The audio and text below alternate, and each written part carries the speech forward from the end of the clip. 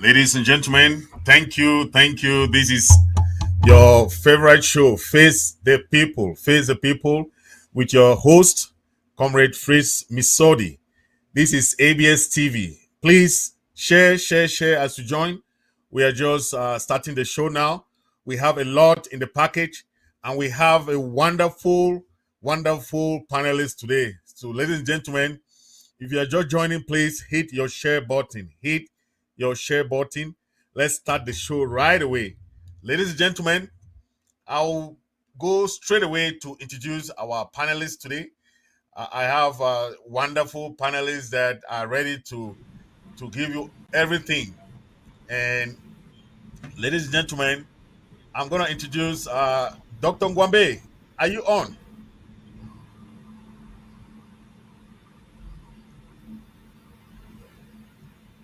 I think if Dr. Ngwambe is not ready, I think Honorable Sama Thomas.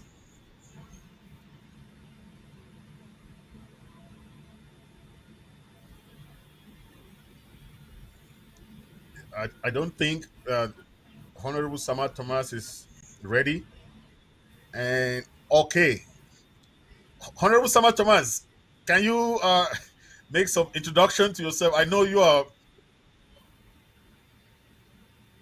it, so can you introduce yourself, sir? Thank you.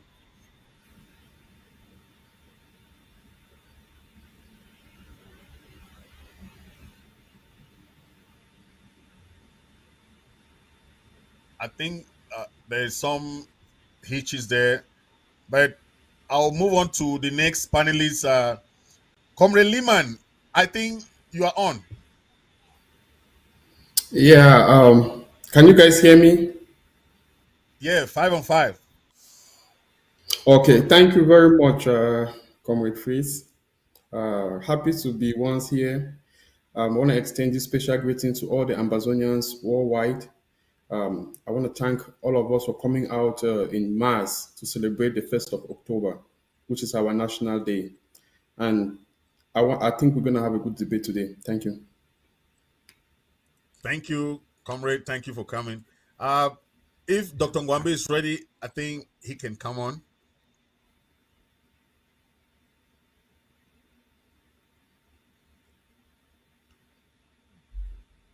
I think Dr. Ngwambe, are you there? I don't think Dr. Ngwambe is ready for now. So we're gonna move to Comrade Sama Thomas. Can you introduce yourself, please?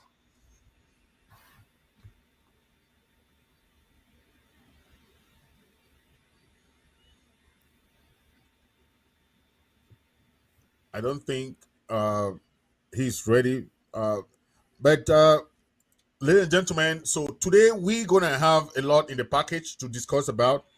We are going to talk about the Canada talks, the Canada conference. We're going to talk about the resolutions arrived at the Canada conference. We're also going to be talking about the various form of collaboration and that's going on around Amazonia and with different leaders trying to come together.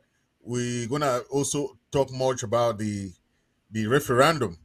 How what are the uh, proposals that we can suggest when the international community is uh, facing us with that? We have to get ready. So, what are the our own resolutions that we can bring forth for that referendum idea? We're also going to be talking much about the idea of the Biafrans having their embassy in Washington D.C. and what we think about that and how we can do same because I think we already had that in pipeline after hiring the law firm for the Amazonian people to try to make sure that we have a thorough diplomatic uh, exercise abroad. So we're gonna be talking much about that too, and then we're gonna talk about the issue of the Ayabacho's egg of seas policy of tax collection and how it affects the local population, what we think about that, and how we suggest that the tax collection can be done in a different way. What we think, what kind of ways we think that the tax collection can be done. Uh, Honorable Sama Thomas, are you ready? Just so a little bit, you can put one or two. Can you hear me? Yes, I can hear you now, man. Okay, it seems my devices are really getting and the gods are not to be blamed, or the devices are not to be blamed, or someone is to be blamed now, or what? So, good afternoon, Comrade Chris and Comrade Lihmann, and welcome back from Canada. I hope you got a lot of message, which will be good message to give us today on what actually transpired in Canada. Then I want to say hi to everybody back home who is watching us. I want to thank God that has been protecting you guys all to see this day of today and this moment that you are able to watch us from home. Thank you. Thank you. If Dr. Ngwambe is there, please, Dr. Ngwambe, are you ready?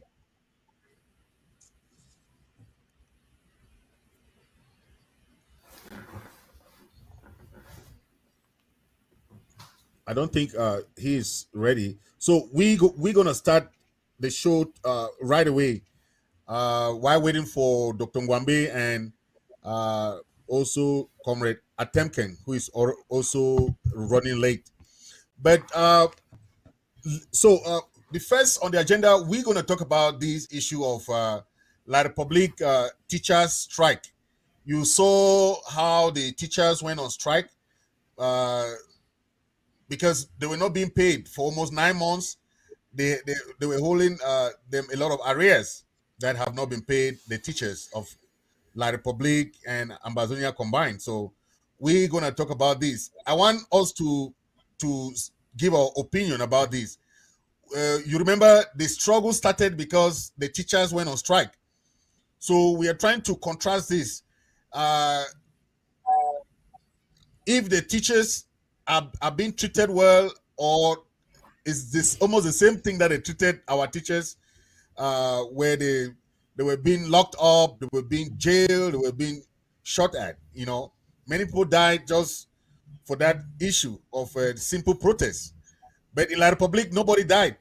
They were just trying to tell them to disperse them. And you see, the contrast is there. But Comrade Sama Thomas, you have seen the various protests along the years. What can you say about this teacher strike that happened in La Republique and the non-paid of salary? Well, Comrade Chris, there was a day I asked La Republican citizens and some Southern Cameroonians who think that we are all citizens of La Republique. I asked them, what can they explain that a strike started off in Yaoundé and spilled over to Douala and Bafoussam. When it reaches, nobody was arrested or killed. But when it reaches Boya, 4 students were killed. Who can explain something there?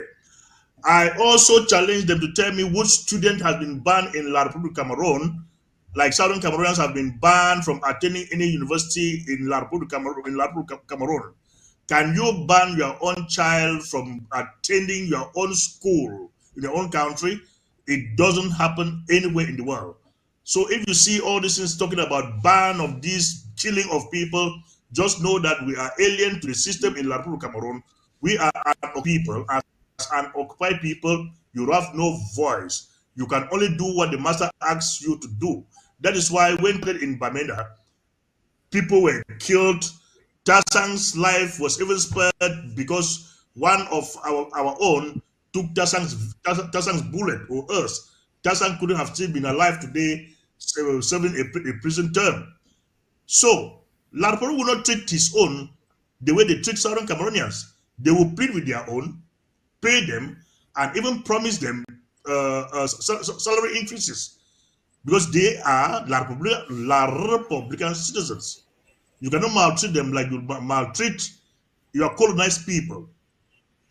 I don't know if the Atangajis and the Peter Mafani Musonges, the John Gutes, they are seeing all this, and the people that will be sent to plead with these people that are on strike will be the likes of the John Gutes and the Atangajis.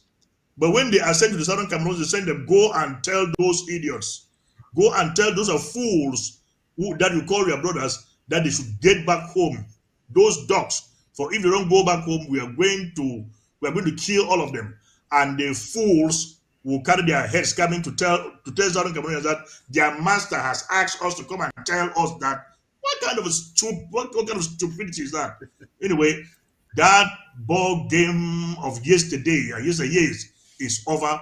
They will never come again to tell us how their master has sent them. When they will come to give us that story, we will send back their heads to La Republic.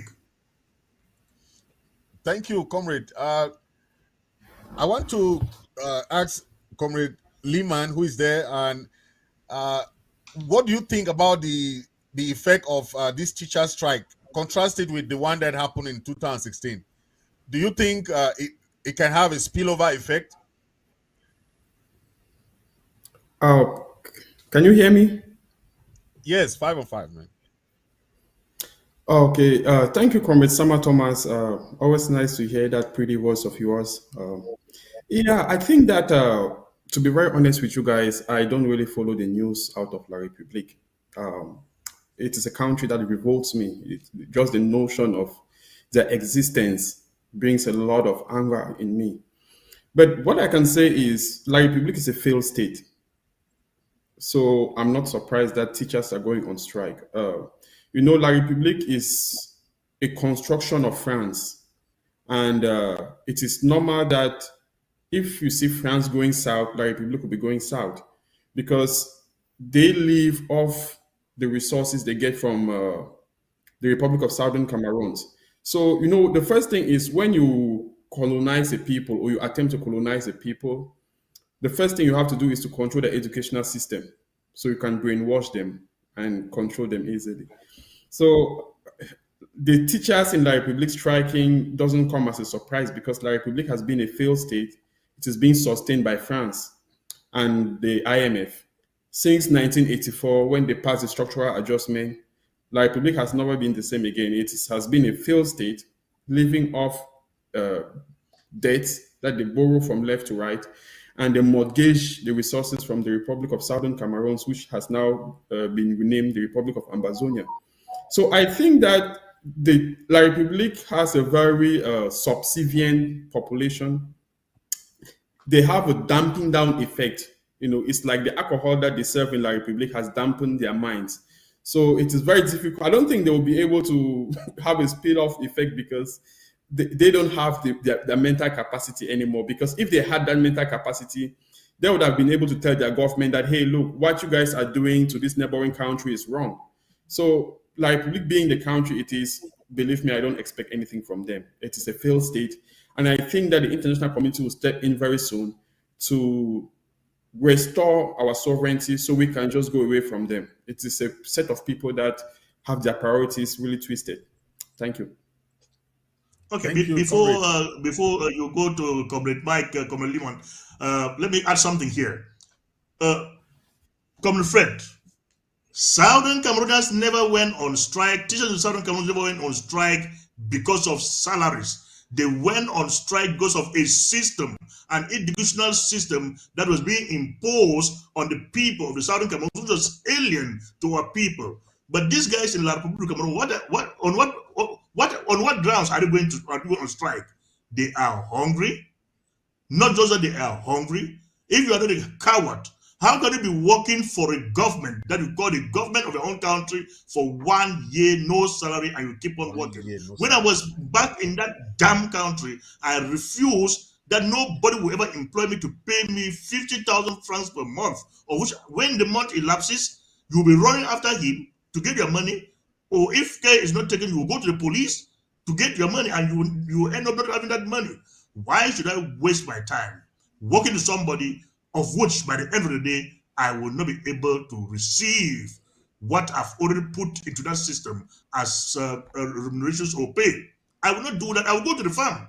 So those idiots are not going out for a matter of policy. They are going out because they are hungry and will end up once a bottle of 3 Expo is given to them, the issue is over.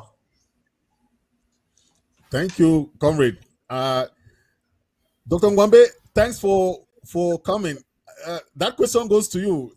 The La Republic not paying their teachers for 9 months to 1 year, and the teachers went on strike, and also trying to contrast it with what our teachers had. They were none of their teachers died. They just trying to disperse them.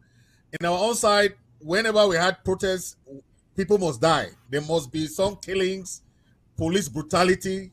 You saw what they did to our lawyers and teachers. So it is just a big contrast. Dr. Ngwambe, what's your take? Chairman Fritz, thank you so much for having me on your program today. And I also want to make sure I greet my senior brother, Sama Thomas, and my brother Lihmann.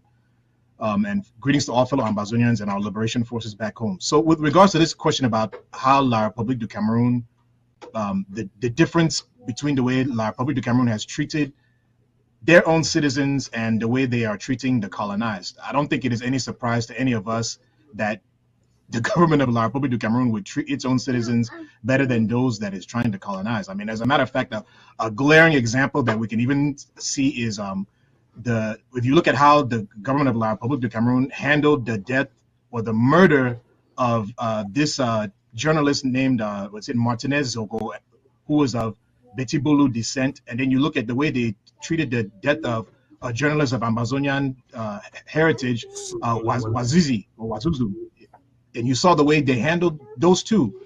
Up to now, there has really been no justice for our brother Wazizi, who was killed. But you look at how speedily they went in handling the Martinez Zogo case. Certain people who are close to the regime have been questioned and detained. Certain people have been arrested.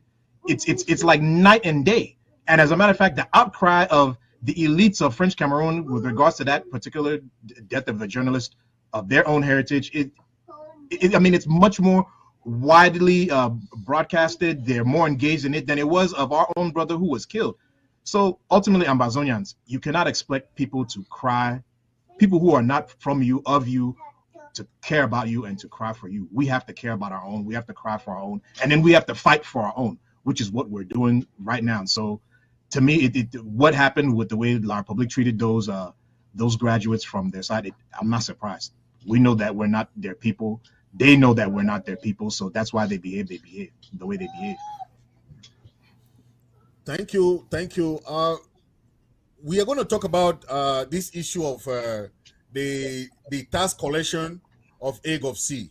I want us to try to see why is it not necessary, or if necessary, what are the best way that we can put any tax policy, or is it a controversial issue at this point in time where we are still fighting for our recognition to bring up this tax collection policy? And the ADF, the egg of sea, are trying to put a policy there without consultation of other leaders, other groups. I don't understand if they want to do this policy as if it's their personal property or what. So I don't know. I want Comrade Honorable Sama Thomas to come in here because he knows much about that area that Ayabatro is claiming to control, and want to start collecting taxes in Guzang and some little areas there. I don't know. Is it really necessary at this point in time for us to start talking about tax collection? Well, I don't know the type of liquor or Kool-Aid that Ayabacha and his friends are drinking before taking the type of decisions which they used to meet. I don't know if they are meeting to take such decisions. I wonder how they think. Collection of taxes. The Southern Cameroon is occupied by a brutal occupational system. Our people are being terrorized by this brutal system. then you, a Southern Cameroonian, who is pretending, I will put it that way, who is pretending to be fighting for the liberation of these people, you impose another tax system on the same people that are being brutalized and their properties looted. Whatever thing they are holding in their hands as money is seized from them by the occupational system, and you introduce another system that you call liberation tax. It had never been heard of by me. I've read a bit of history book. I read of the British history during the First and Second World War, what the British could do during the ongoing of the Second World War was that they were taking aluminium materials from every household in Britain to produce war ammunition with. What the British were doing is they will conscript British people to work within the armory. If you cannot be of use in a mechanical section, you will be a cleaner. If you cannot clean, you will be cooking. That is how British were operating during the period of war. Hadibe Ayabacha and his friends said, what Southern Cameroonians need for this war that our citizens can provide, which is normal, like every society will do, I will accept it. But saying our people should pay for taxes, of which what is the use of tax in our society? You collect this money to develop the society, to develop that society with. You give hospital, you provide health facilities, roads, water, electricity. So the tax that Ayabacho has imposed on our people, what are they going to give in return after collecting these taxes? Is that not stupidity? And these my people call themselves doctors. I'm wondering if they are really doctors or some brainwashed idiots who left school and cannot identify their left from right. Somebody still need to convince me about how these guys are thinking. Thank you, comrade. That tax issue has been a very controversial issue, and we are trying to see if it's part of extortion, because we know that what the IG does and other groups, they make sure that they do what we call draft. They collect monies from the diasporans so that we don't have to put the burden on the local population. But I want to ask Comrade Lihmann. Comrade Lihmann, you know of tax policies abroad. You know, we know of different tax policies. We have state tax, federal tax, local taxes, income taxes that they collect from people. But the tax system that Ayabacho is trying to implement has nothing to do with any of this type of taxes. It's a liberation, and I don't know your own take about this. If it's just not going to work, and because it's not like a comprehensive tax policy. Yes, comrade. Thank you very much for asking me this very brilliant question. I think I will beg to differ with Comrade Sama Thomas. I think he was a little bit too generous, calling it taxes. Ayabacho and his group have no legitimacy to even collect taxes from people. What Ayabacho is doing is called racketeering. It is not taxes. He had, first of all, to collect taxes from people, you must have the mandate of the people. It must go through a parliament that is voted into law, and there is an amount or a percentage which is required to be paid based on income or based on whatever matrix is used. So what Ayabacho is doing is simply extortion. They started from kidnapping for ransom, and he went down now to outright armed robbery. So never in the history of the world have you heard that soldiers or guerrilla fighters, they go from house to house collecting money from people.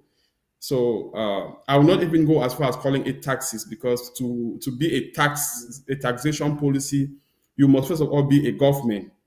Ambazonia doesn't have a government. There must be a parliament that voted into law. Ambazonia doesn't have one. So a few individuals sitting in the back of their rooms or in the WhatsApp forum and writing, jargons and then calling it tax policy is an insult to his education. I think his colleagues or his classmates will be very disappointed to see that that's the stupidity he's doing. So personally, I don't even go into the discussion of if it is a good policy or a bad policy. It is plain and simple extortion, extorting people who are so vulnerable, who are unable to defend themselves. If it was a tax policy, as he claimed it was, why is it not something which is implemented in the diaspora, where people have enough money to pay? No, it is extortion. They go to those villages where people are vulnerable, they have IDPs, they have refugees who have moved, and they hold them at gunpoint to pay money that they don't have. What is the basic income of those people in the forest? I mean, we should say it as it is. I have no personal problem with Ayaba and his group, but what they are doing is extortion. They are taking advantage of vulnerable people. And I think we have to stop it. We owe our people the duty to call him out. And if this continues, I think our people need to report to the Norwegian authority what Ayaba is doing. It has nothing to do with this revolution. It has nothing to do with the restoration of the Republic of Southern Cameroon, now called the Republic of Ambazonia. It is plain extortion. First of all, Ayaba has no legitimacy by law to collect money from people. He is not a taxation agency, okay? He has no mandate, be it implied or express, to function as a tax collector. Where are the tax rules? Where is the tax law that he's using to implement? So when they start to extort people, they should come out clean. What they should not do is say we are collecting taxes and then make all Ambazonians look stupid. No, we are highly educated people and we understand what taxation means, who has the capacity to tax, and who should be paying based on tax laws. Ayaba has none of those things. So Ayaba is just an extortionist. He's a crook and needs to be stopped. Thank you. Thank you. Dr. Ngwambe, you have seen this all along, the failed policies and all those things about tax collection. But I know you have a different take about if the policy can be implemented, what are the ways that it can be done legally? Because now everybody says it's illegal, is extortion, is racketeering, or whatever you call it. So, I mean, I will slightly disagree with Comrade Lihmann with regards to whether a non-government can engage in tax policy or not, because there are other liberation struggles, there are other revolutions, there are other fights that are going on in the world right now where those who have actually been able to secure the particular territory, they are collecting some degree of revenue on the population. Where Ambazonians, let me not make this personal, right? Where Ambazonians in particular have a problem with the egg of CADF is the fact that Ambazonians are not confident about what egg of CADF is actually doing with any of the money that they're collecting, whether it's from their diaspora missions or if it's from ground zero. That's what the biggest problem is. People don't have a lot of confidence that the egg of CADF fighters are actually engaging La République du Cameroun in security forces, whether they are actually causing any harm or damage to the security forces of La République du Cameroun. That's a problem number one. Where I will agree with my Comrade Lihmann is in when you're looking at taxes, it is always a good idea for those taxes to be progressive. For example, we in the United States of America, right? We operate under a progressive tax system. What does that mean? It means that those who end up making more money, earning more income, if their business earns a lot of money or earns a lot of revenue, they end up paying more taxes than people who don't make a lot of money or don't even earn any money at all. For example, and I hate to quote something that I haven't double checked because it's been a long time since I looked at it. People who are making, I think it's less than $19,000 or $12,000 or something like that a year in the United States, they don't pay any taxes. They don't pay any taxes. You understand now? It's the people who are making above that end up paying the taxes. And the other thing that I would like to add, especially for the interim government policy on this whole tax situation, it is not that we're against taxes, right? Because we know that freedom is not free. We know that liberation is not free. We know that it's expensive to conduct a war. And as you even heard what our senior comrade Sama Thomas was talking here about some of the things that the British did to help supplement some of the resources they needed to be able to produce the equipment they needed to fight the war. They actually levied some things on the people. And as you even look across the world, especially in America, it was because of some of the things, policies that the U.S. government did that actually brought women into the workforce. It was the world wars that brought the women into the workforce, right? But the point that I'm trying to make is that the interim government policy is that tax only those who can actually pay. And who do we believe are those who can actually pay? Businesses, especially Francophone businesses that are still operating in our territory. That's who should ultimately be paying these taxes, are the businesses. The average ma and papa we eat day for quota. The average youth way they like we saw. Na hand to mouth, where did he do? And then coupled with some of these ghost towns and lockdowns, let me say unnecessary and additional lockdowns that are being implemented, you interfere in people's ability to be able to generate revenue for themselves. And then you're even blocking the roads and interfering in them ability to transport their goods or move to wherever they need to do to be able to engage in income generating activities, and then you tax them. So that's why we believe that you should instead focus on taxing businesses and those people who are actually able to pay. Don't do it on the average mama and papa, brother and sister who is just trying to make their daily ends meet. That's what the interim government is looking at. Thank you. Thank you for that. Comrade Atemkeng just joined us, so I want him to have his take on this. But I want to relate it with the recent killing, public execution of those two guys in Guzang. That certain opinions said that those guys were killed because they did not pay their taxes. Some people said they were killed because they were blackleg. Some people said they were killed because they work with the military. Comrade Atemkeng, I don't know your take on that. We are committing some kind of crimes when we do extrajudicial killings.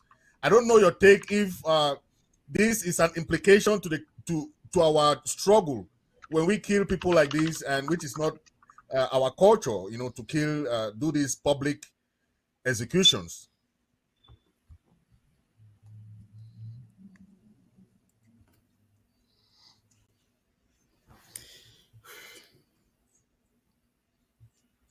Comrade Atemkeng seems to be freezed. Yeah, the volume. Sorry, I think my microphone was blocked. Yes. Okay, I want to say that I don't know the AGOVC policy. I've never read it. I don't know what it does. I don't know the mechanism of collecting taxes. I don't know how they have set the taxes and so on. So it's a very difficult area for me to speak on. But first of all, I want to commend the last speaker for saying that liberation is not free. Freedom is not free. The sooner we make our people understand that they will have to contribute to their own freedom, the better. Having said that, let us be very clear about the principles of taxation, just as Lihmann said. So we need to understand the principles of taxation. We need to know who has the ability to pay. We need to put down proper mechanisms of collection. And most importantly, we need to have the authority to collect taxes before we can say that we can do that. Of course, it is possible that a liberation movement can feel itself important enough to impose taxes for the sake of fighting the war. But all of these other issues, we don't know what is really happening. So really, let me leave it there, because once we know the policy, we know the implementation mechanism on the ground, we know how they set the taxes, we'll be able to comment better, because what is happening now is just simply people telling us, this is hearsay. This is hearsay. We have not read any paper from AGOVC showing how they set the taxes with the implementation mechanisms and so on. So I wouldn't like to comment much on that. Now, coming to the public execution, I think really that is something horrible that we should never do.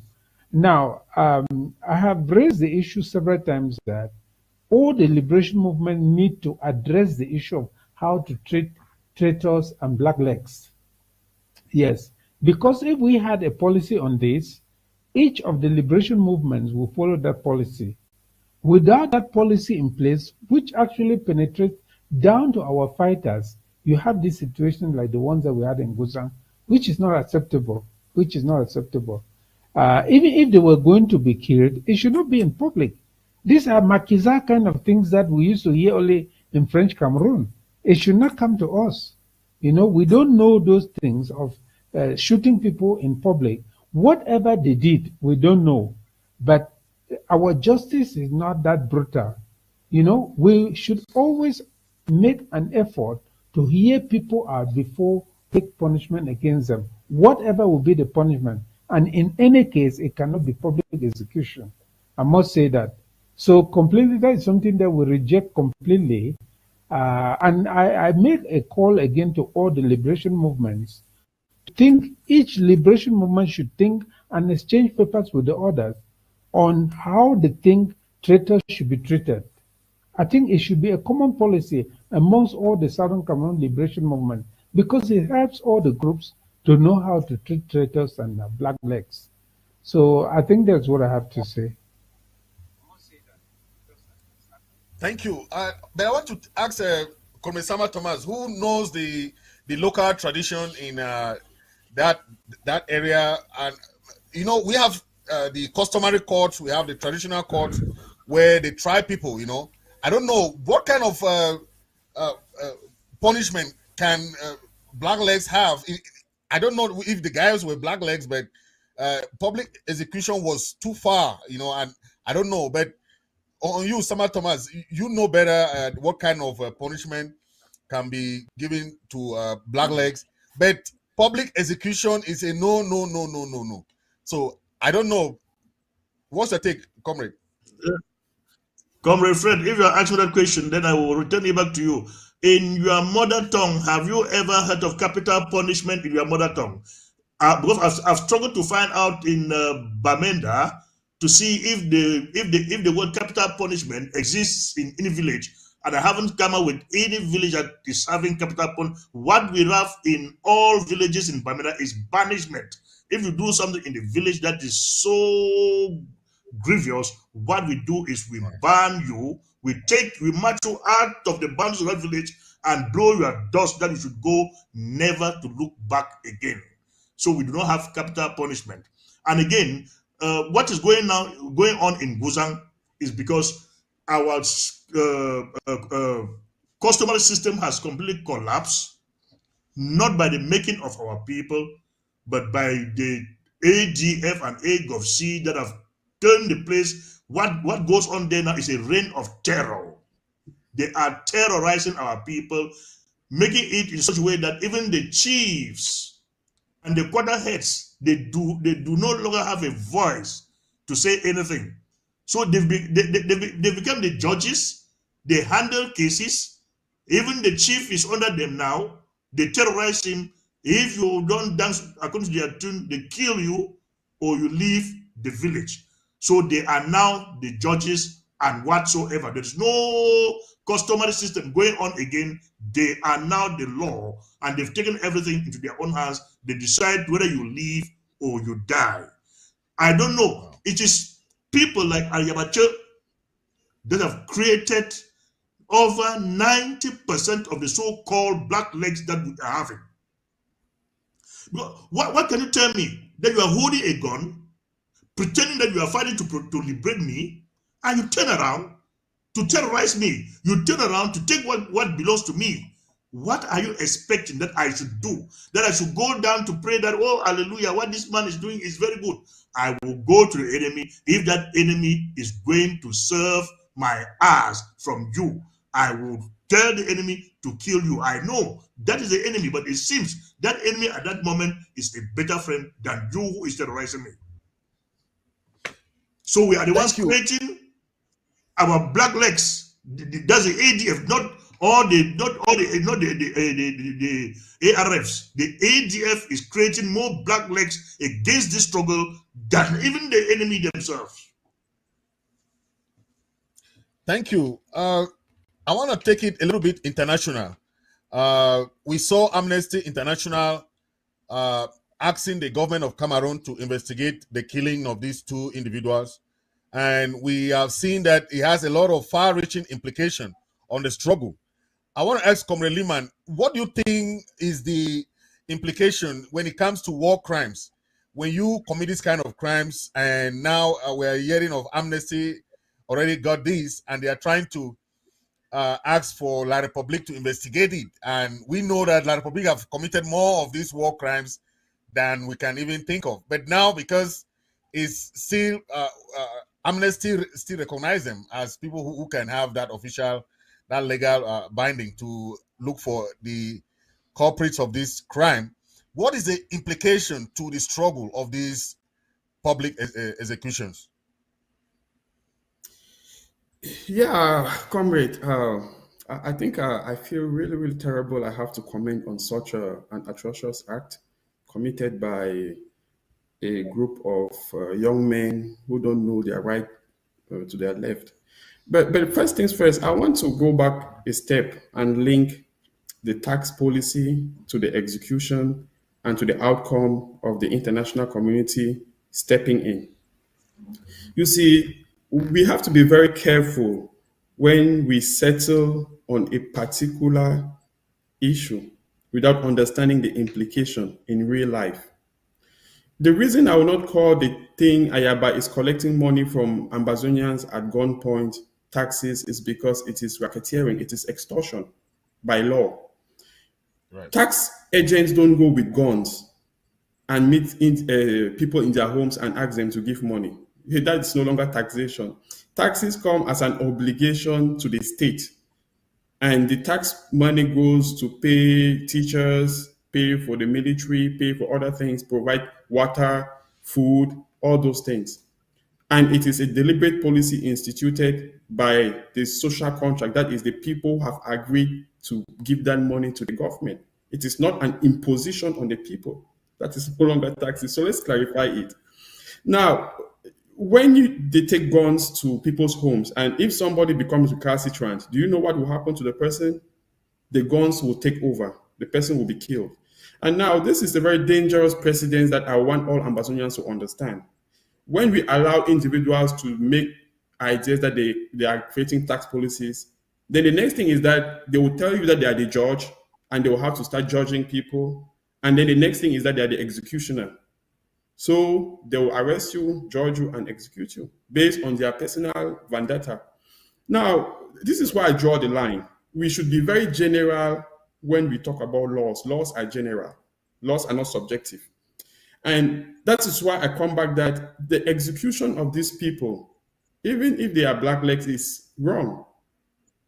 There was no court of law that heard their own side of their story to determine if they were actually innocent or they were guilty.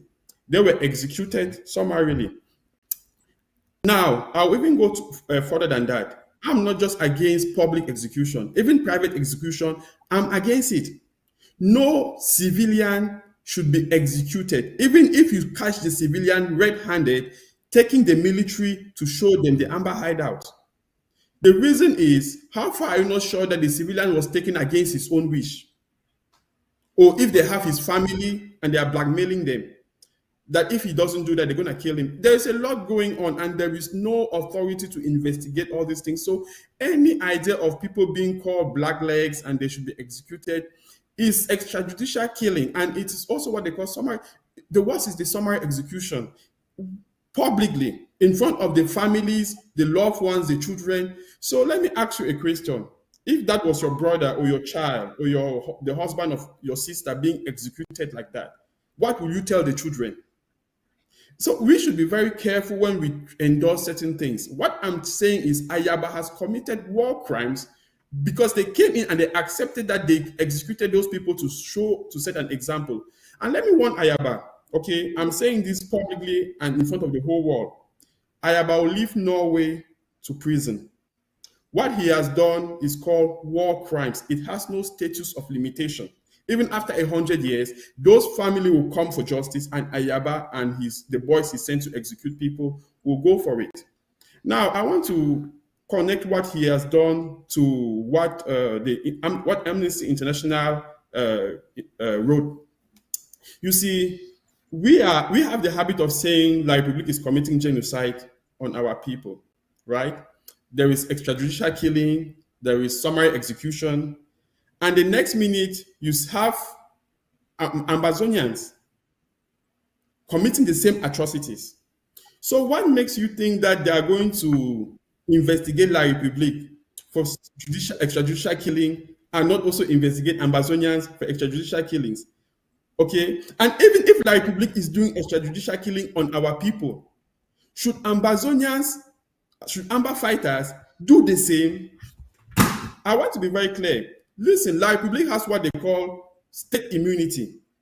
They will say that they did that law, exercising law in law and order. But now this is the problem. Ambazonians do not have immunity by the law. And the worst part is, when Ambazonians execute their own, they are not even executing La Republique, they are executing their own. The families now are bitter with the fighters. They want their revenge. They will have now to show the hideout of the other fighters, be it ARFs, be it ADF. They don't care. They just want their revenge. So now everybody becomes a black leg. What I'm saying is, anybody can be a black leg. I am against the execution of anybody, be it black leg, be it white leg, be it blue leg, or purple leg. There is nothing like people should be executed for just saying they're against the war. So I am against summary execution, and I think Ayaba and his group will be answerable for that. I, as a bona fide Ambazonian, I'm a purebred Ambazonian. I am 100% against executing any Ambazonian civilian or taking away his property by force. Ambazonia doesn't stand for oppression. Ambazonia is for freedom. Freedom means freedom. And no Ambazonian citizen force people to pick up arms. They should not pay for it. Okay? Those who want to fight their wars should have the means to pay for it. Thank you. Thank you. Can I come in there? Can I come in there, Fritz? Fritz, and then myself, we are making. Fritz, come in after Comrade Dennis, please. Just... I want the opinion of Comrade Dr. Ngwambe, who left, so he just came back. Please let me hear his opinion about that. Dr. Ngwambe, I want your own opinion about the Amnesty report that La Republique should investigate the killing of these two guys. I don't know the implication on the struggle, because we are also trying to avoid any international crimes, war crimes that can affect us, affect the struggle, and also our people down there. So definitely the public execution of blacklegs is definitely unacceptable. It is extremely unacceptable. It is very abhorrent. It does not help the positive public relations that Ambazonians need to be engaged in. And I'm going to give you all a very recent, or actually not a current world example of what I'm talking about. Most of us can understand with what the Palestinians are going through, that they were forcibly removed from their lands. They're in an open air prison that is, as it is described, is being described as a modern day apartheid, right? Most people can understand that they've been kicked out of their homes, and their territory, and most of those homes and territory have been given to Israelis who returned back to that territory. Most of us can understand that there's an unfairness about that. But guess what? Unfortunately for the Palestinians, though they have a right to self-defense, they end up, well, let me not generalize and say all the Palestinians, because this is really being done by a certain section of the population in the Gaza Strip, not the West Bank, right? But unfortunately, our Palestinian brothers, they end up losing the moral high ground they need from well-meaning citizens of the world when they enter into Israel and they just kill average citizens arbitrarily and summarily. My fellow, and you're seeing it. You're seeing the way the mainstream media is portraying it. And that's the way most people are digesting it. And in particularly, the Christian world is digesting it like that because of this perception that, that is in the Bible, that the Jews are the chosen people of the world. Let me put it like that, right? Without going too deep into that. So that's the way the rest of the world is perceiving it. So my fellow Ambazonians, we have to learn from that example and recognize that as much as we may need to inflict pain on La République du Cameroon so that their government takes the peace process seriously and is actually committed to the peace process, you cannot go after civilians to do it. You cannot go after people who can be perceived as innocent to do it. One of the questions that I would like, kind of related to what you were asking, Comrade Fritz, is let me see because I kind of wrote it down here, what is the responsibility of liberation fighters to justify the implementation of capital punishment to the general population, especially on blacklegs who are from our community? I too have wrestled with some of the concerns that my brother Lihmann posited, that hey, when you do something to blacklegs, especially blacklegs that are from our community who are Ambazonian descent, there's a high likelihood that the collateral damages that you're going to create more blacklegs from the family members. That is very high. It is extremely high. Even detaining them and beating them in punishment is extremely high. Even collecting taxes from them or doing mischief to fellow Ambazonians, you, as a fighter or liberation fighter, you're going to create collateral damage where their family members will end up turning against you. So that is why we are in particular very against the public execution of blacklegs who are from our community, who are citizens of Ambazonia in particular, because this issue of blacklegs, it is growing exponentially because of some of the stupid mischief that certain fighters have done, or maybe certain miscreants amongst the fighters, amongst the good fighters have done. And unfortunately, the good fighters have not done anything to clamp down on that mischief that these bad infiltrators have done to them. I want to talk on something my brother, Senior Comrade Ngat Sama Thomas talked about, this issue of not having the word capital punishment in most of our dialects. Yeah, that's true. We may not have that specific word capital punishment in our dialects, but we in our dialect we have the word for kill now. In Bafut we say juita, right? And I remember a story from Bafut where capital punishment did exist in those days, and they talked about the story of someone had done something wrong in the community, and they were going to go execute that person. And the place where the traditional figureheads in the society would execute that person was they would take them to a cliff and then push them off that cliff, and that's how the person would die. So while the juju is going to go carry out this execution, he is there dancing and mocking that person that they're about to execute. And the story goes that somehow that person who was going to be executed, he was able to free themselves from the bands that were how his hands were tied. And when the juju was going to push him over the cliff, he grabbed onto that juju and fell over the cliff, and both of them died. And since from that day, executions finished. No more executions in Bafut. You understand now? So right. I want to say that we did have it, based on that story that I've heard from some of my elder people. We did have this issue of executions, but unfortunately, those who suffered from those executions, like Lihmann was pointing out that, hey, what if it's your own brother, your sister? What are you going to do? Guess what happened? Most of these jujus are normally the essential people, let me say the important people of society. When his family members saw that he died in the process of going to go execute someone else, they canceled it now. They canceled it. It's not something to really laugh at. The death of people is not something to laugh at, but that's what ended up happening. They stopped doing it. So personally, I don't really like this public execution thing, but I'm really expecting that we understand that those guys now had a high probability of being blacklegs. But the ADF fighters who carried out that activity, they did not even justify why they were carrying out that activity to the population. Are they assuming that the general population that was there in Guzang knew that these guys were blacklegs? We who were in the diaspora, we did not know if those guys were blacklegs or not. So I personally believe that anyone who is going to be doing anything, they need to make sure that they are 100% sure about what they're doing. Because if you're not 100% sure about what you're doing, you are going to create enemies for us from our brothers and sisters. Thank you. Let me end on. Thank you, Doctor. Comrade Atemkeng, you wanted to go for something. I don't know if it's related to this activity that can implicate us. They can be calling us terrorists. Just because of this incident, Amnesty International has asked La Republique to investigate. So I don't know your take, if it's still the same thing or you want something else. Oh, your microphone is not. Yes, I'm saying that I don't worry so much about what the Western world does because double standards are in their DNA. They create confusion, chaos all over the world, wherever they go.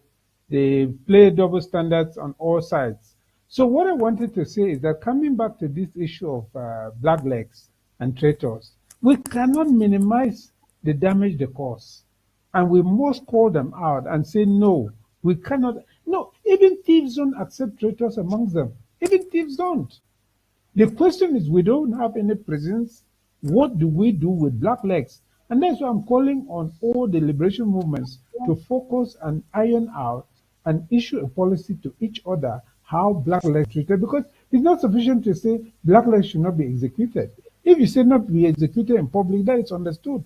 But if you are a fighter on the ground and you see people you and they come and kill 10 of you at the same time because somebody went and told the enemy, you cannot take it. That is just the reality of it. War is war. So nobody can tolerate blacklegs because he's worse than a snake. He's worse than a snake.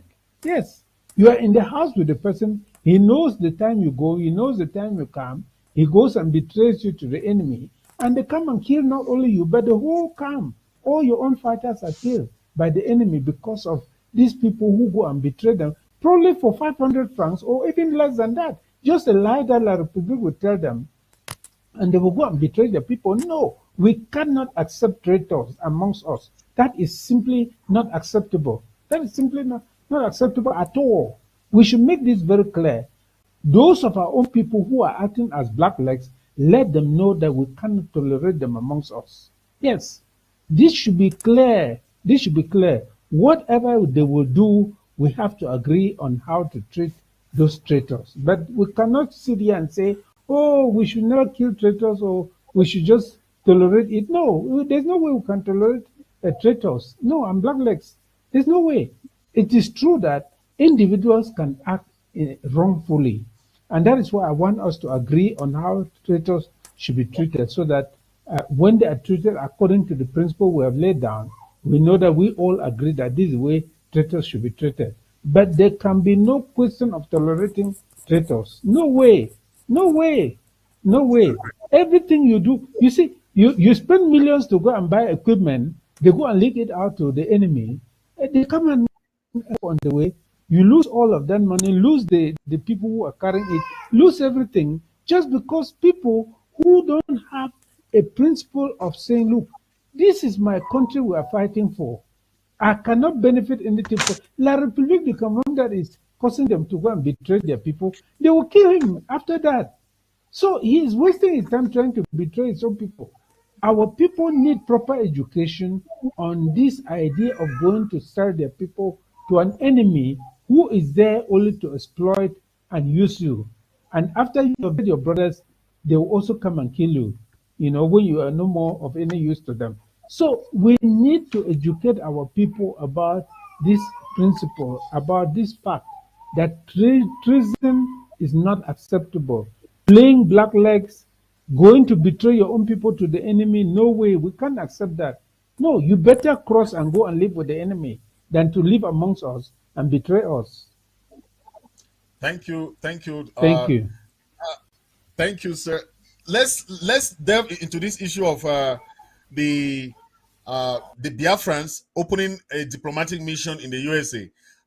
I want to relate it with our struggle because we just got a law firm in the USA where we are trying to open something like that too.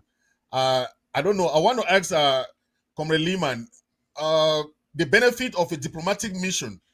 I don't know how it can propel the struggle according to what we are trying to do when all the leaders come together and trying to work with the with the particular law firm so that we can propel the diplomatic activities like the Biafrans just did? Well, Comrade Fritz, I think I am very, very disappointed with Ambazonians, especially on this topic. I think you asked the question to the best Ambazonian that you could meet on the planet Earth. Now, this is the first issue which I want to highlight. The Biafra just got a place and they are opening a Biafra secretariat. It's not a consulate. They don't have diplomatic accreditation to open a consulate. They just say it like that. It's just a secretariat for the Biafra movement. Okay. And so they just call it consulate to boast their ego, but it's not actually, because they have not been accredited. For you to open a consulate or an embassy, you have to be accepted as a state actor. And then from there, they will give you accreditation for you to open the office, open a bank account, and do other things. No, what they did was open a secretariat. So let us set that record straight. Now, let me come back to the Ambazonian people learning from it. I think last year, the same time, Ambazonians, a few of us, we came and then we put out that, no, Ambazonians need something similar to that. We need a secretariat for all of us to be able to come there in every host country and work from there. We did not stop there. We went ahead and we created the Ambas Bay Heritage and Economic Center. It is still there in Cleveland. We had a big office. We had, it is on the 12th story.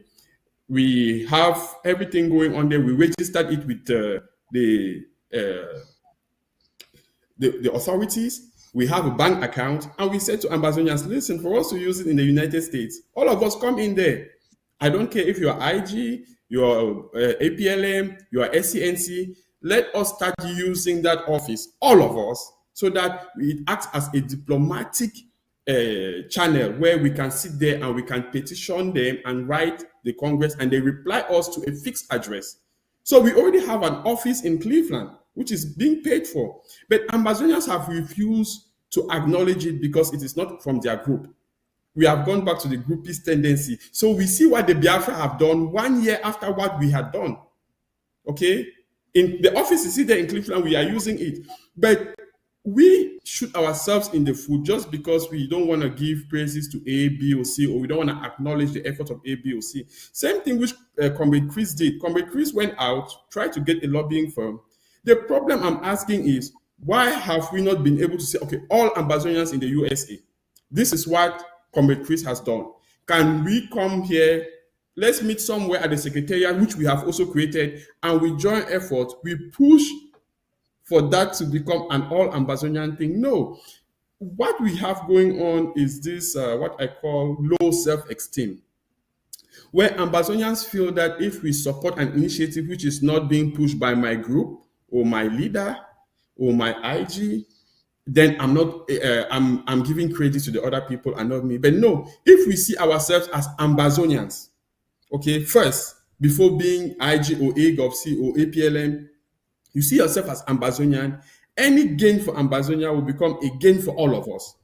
So that is why I'm still calling on Ambazonians. And listen, we have a secretariat in Cleveland, which we had opened last year, okay? We have an office. And I contacted groups, I'm asking them, hey, I need documentation of the killings on the ground. I need documentation of the various meetings. I need to be here. I need to be there. I need to know all of this so that we document them in our secretariat. I want to know how many Ambazonians exist in the USA. We document it. Where is the center of concentration where you have most Ambazonians? We document it. How is our constituency? Do we have voting priorities? Can we support a candidate? Can we do this? Can we go diplomatically as Ambazonians to the State Department? But the problem is Ambazonians are more worried about the person than the project.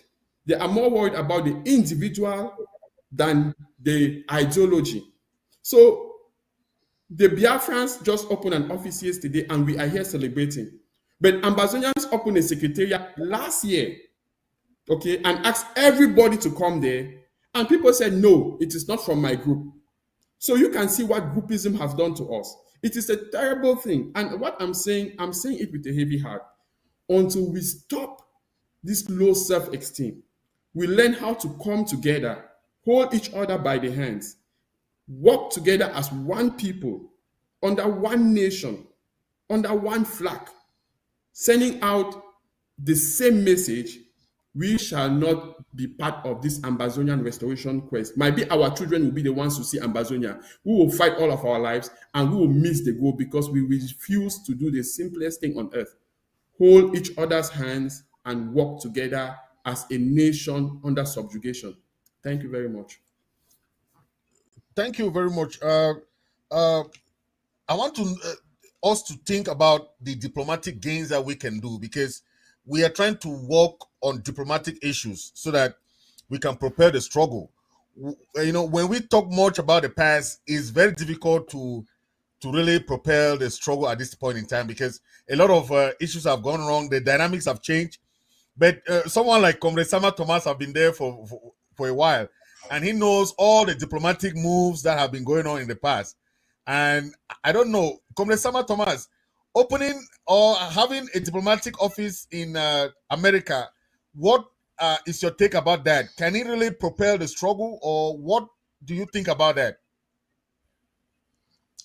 Well, depending on how America will perceive that diplomatic mission to be, once America accepts that diplomatic mission, it therefore means it's going to work for all Southern Cameroonians, and America can now use influence to force other European countries to do same. Let me go back in 2002 between the Southern Cameroons and Nigeria. This is to those that are against what Comrade Chris has done in America, that they should know that courts in democratic country can force their governments to recognize another country. What happened between the Southern Cameroons and Nigeria in 1992 is that the Southern Cameroons sued Nigeria in the Nigerian Federal High Court. The Nigerian government agitated to send lawyers to come and defend Nigeria. The presiding judge told the Nigerian government that if you do not send your lawyers to come and defend this case, then you know exactly what is going to happen. If you are absent, I will pass the ruling in favor of the complainant. The next court session, Nigeria had to send a delegation of lawyers to defend the Nigerian government against the matter brought by Southern Cameroonians at the floor of Nigerian Federal High Court. Once that judgment read, Nigeria stopped dealing with Larburu Cameroon over the Bakassi Peninsula. For Nigeria has no maritime boundary with La Republique du Cameroon over Bakassi, but should deal with the Southern Cameroons and take the Southern Cameroons problem to any relevant quarters in the world that will help liberate the people of South. Nigeria has never appealed that decision, and the time to appeal the decision has elapsed, meaning Nigeria owes the people of the Southern Cameroons a duty to implement that judgment from the Nigerian Federal High Court.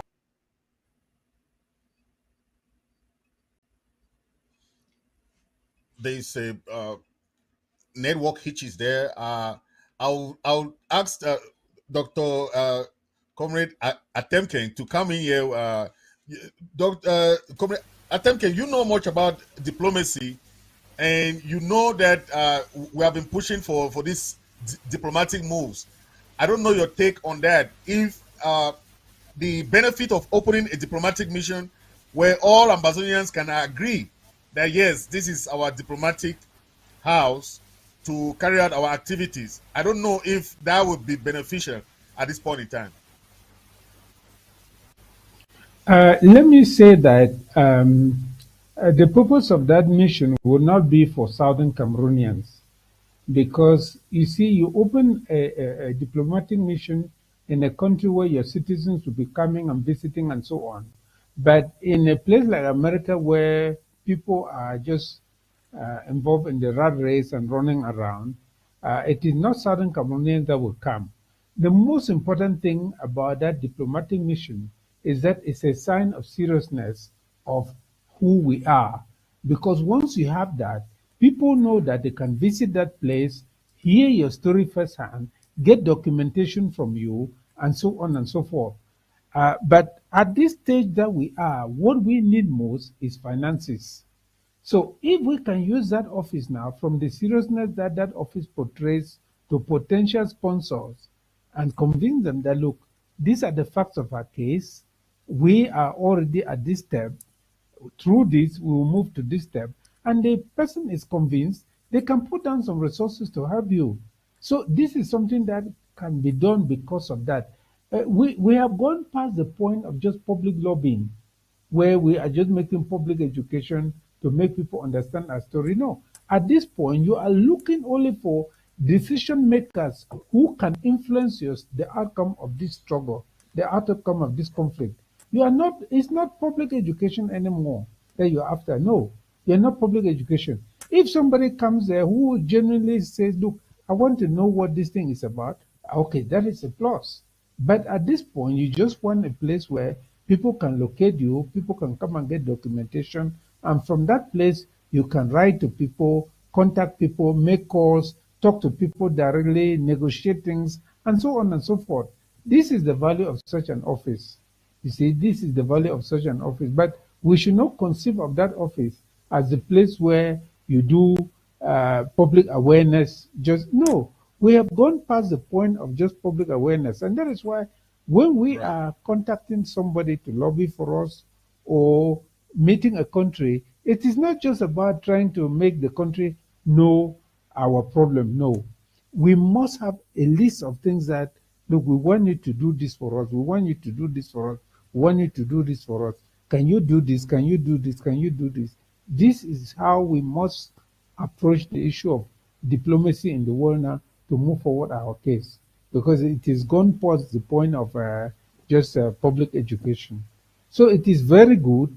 It will be used, but not particularly for Southern Cameroonians, unless they are visiting and they say, look, let us go to our office in Washington and see what is happening there and talk to the people who are there and so on and so forth. Thank you. Thank you. Dr. Ngwambe, you can really talk much about this because you have been at the forefront of collaboration, forefront of consultation, trying to bring leaders together to forge a kind of powerful structure that we can have a strong diplomatic voice. I don't know your take on that.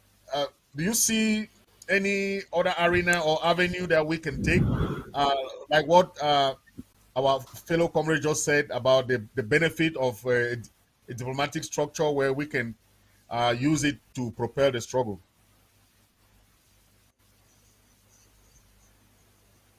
My fellow Ambazonians, we have reached the point in our liberation struggle where we need to be doing very targeted and specific things. You all know that in the beginning of this liberation struggle, every person who loves freedom in Ambazonian for the sovereign independence of Ambazonia was behaving like a diplomat. You all know the names.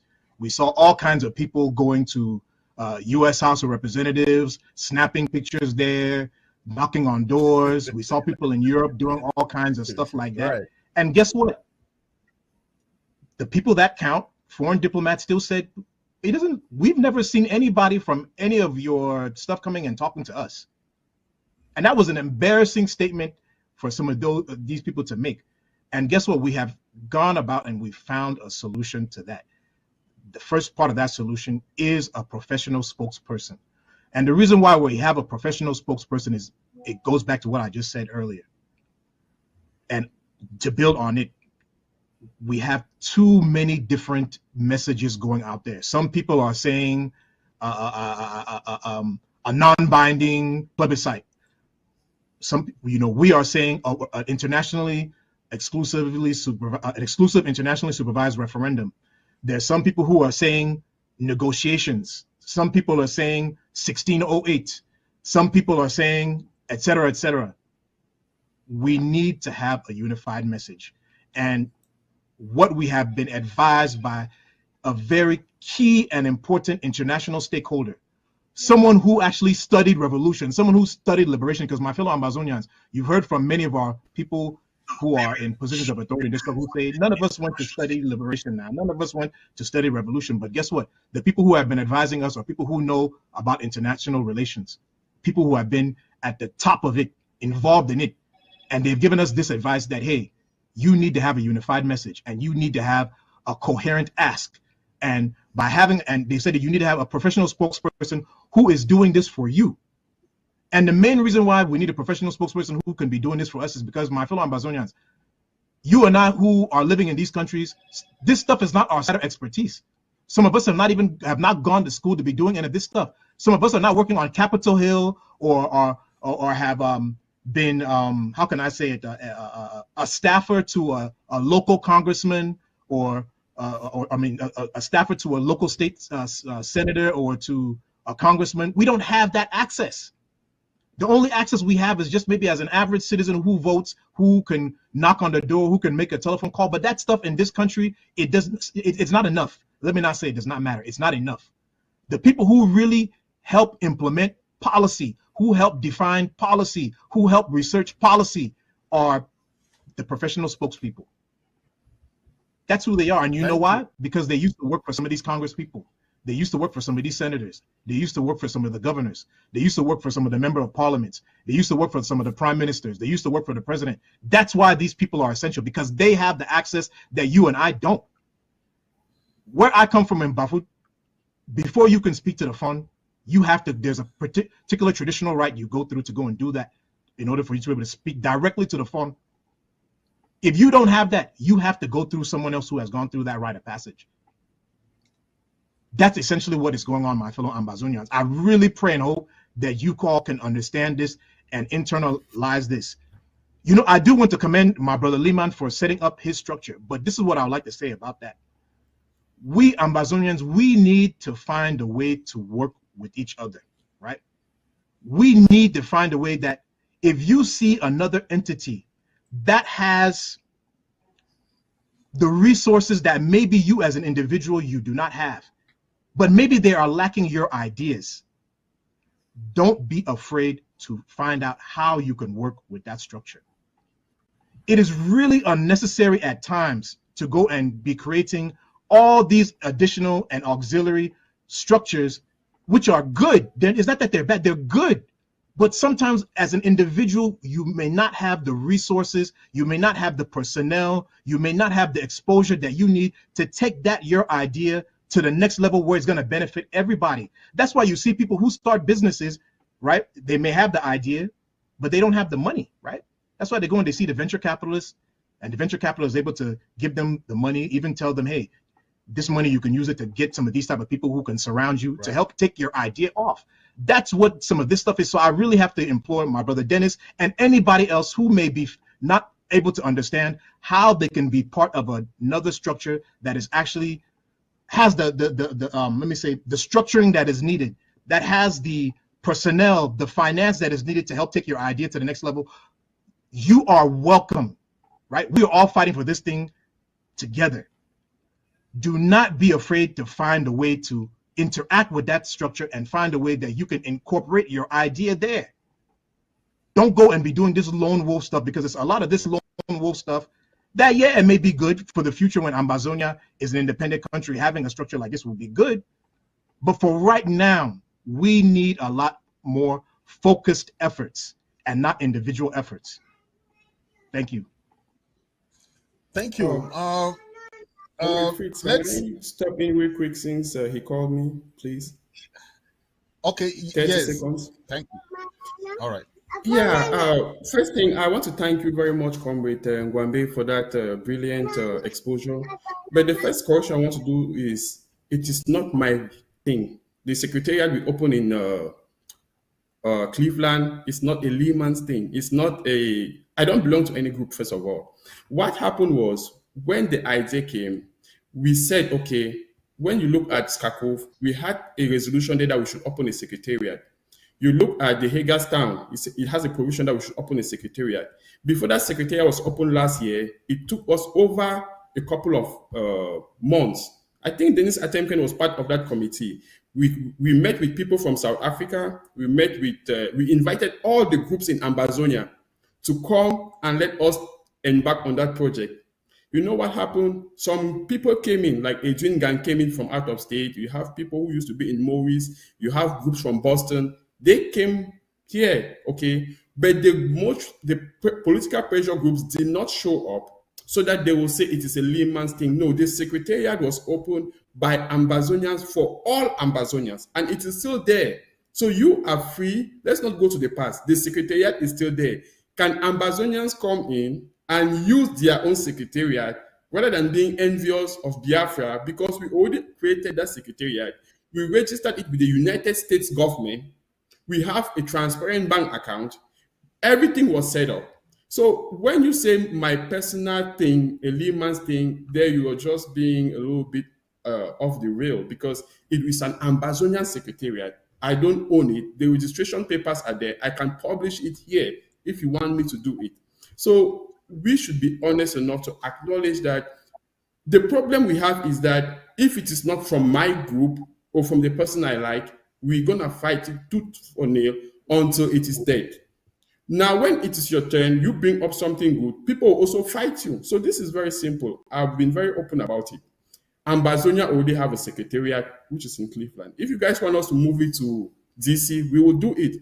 But we should be honest enough to say that, okay, see, this is our product. It is not a Lihmann's thing. It is your secretariat as it is mine. It is as Fritz secretariat. It is for every Ambazonian in the USA. The doors are wide open for all of us to use it. So let's move forward, as Fritz rightly said, and not look behind. Thank you. Thank you. Let's move to the other topic of the conference in Canada. I know Comrade Sama Thomas know much about the conference resolutions, where they had the resolution of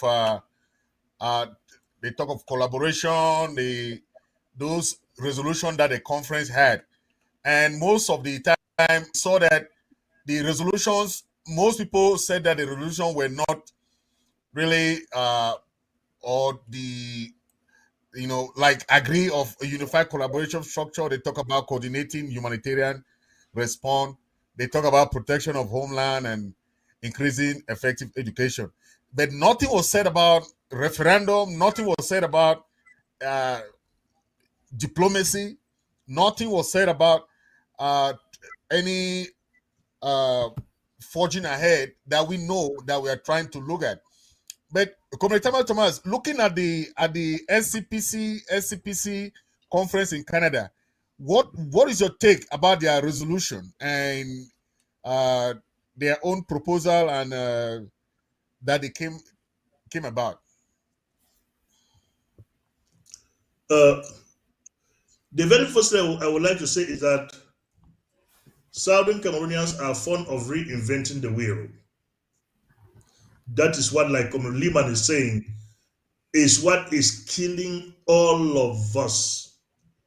There was a time I asked Southern Cameroonians in a town hall meeting, have we been able to sit down and recognize or identify those stakeholders of the Southern Cameroon struggle?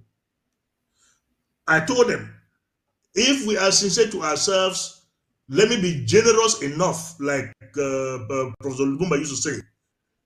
If we are sincere to ourselves, we do not have more than 5 groups in this struggle that you can rightfully call them stakeholders. Anything you do without bringing these people first together to sit and talk and agree on something with them, we are throwing water onto a dead back. So what happened in Canada that we heard was the critical mass. I do not understand. It seems it was a critical mass of the CPDM SDF politics, which the CPDM was there creating sort of thousands of political parties, giving them names, calling them to come and sit and talk with the CPDM, sidelining the SDF, thinking that they were going to achieve anything from there. Nothing. It ended up with achieving nothing. That is why we've suddenly find ourselves where we are today in this quagmire, because the CPDM thought they could maneuver their way out of that situation and achieve something. What am I saying?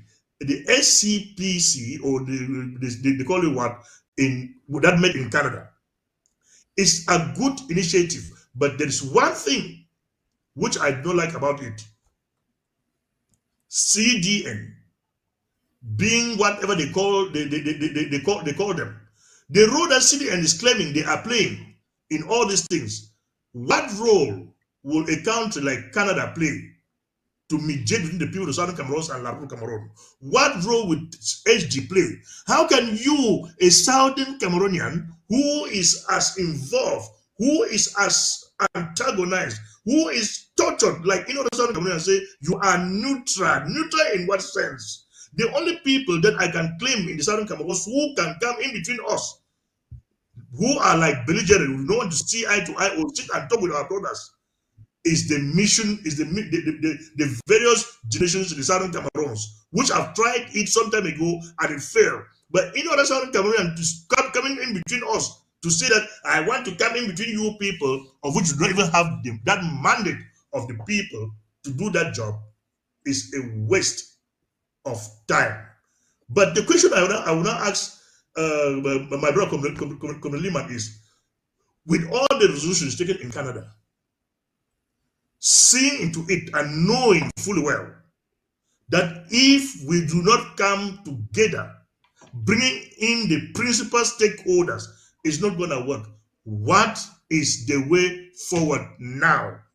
Because everything we do is good, but the way we do it might be bad. We might not know that the way we do it is bad. So now that I'm talking, what is the way forward? I will not dwell in the resolutions, because you can create the 10 commandments, let them be good as they are. The Muslim man will still tell you they are bad, for Christ was never the Son of God, and we will not believe in him. So what do we do? Where do we go from here? Thank you, Comrade. Thank you.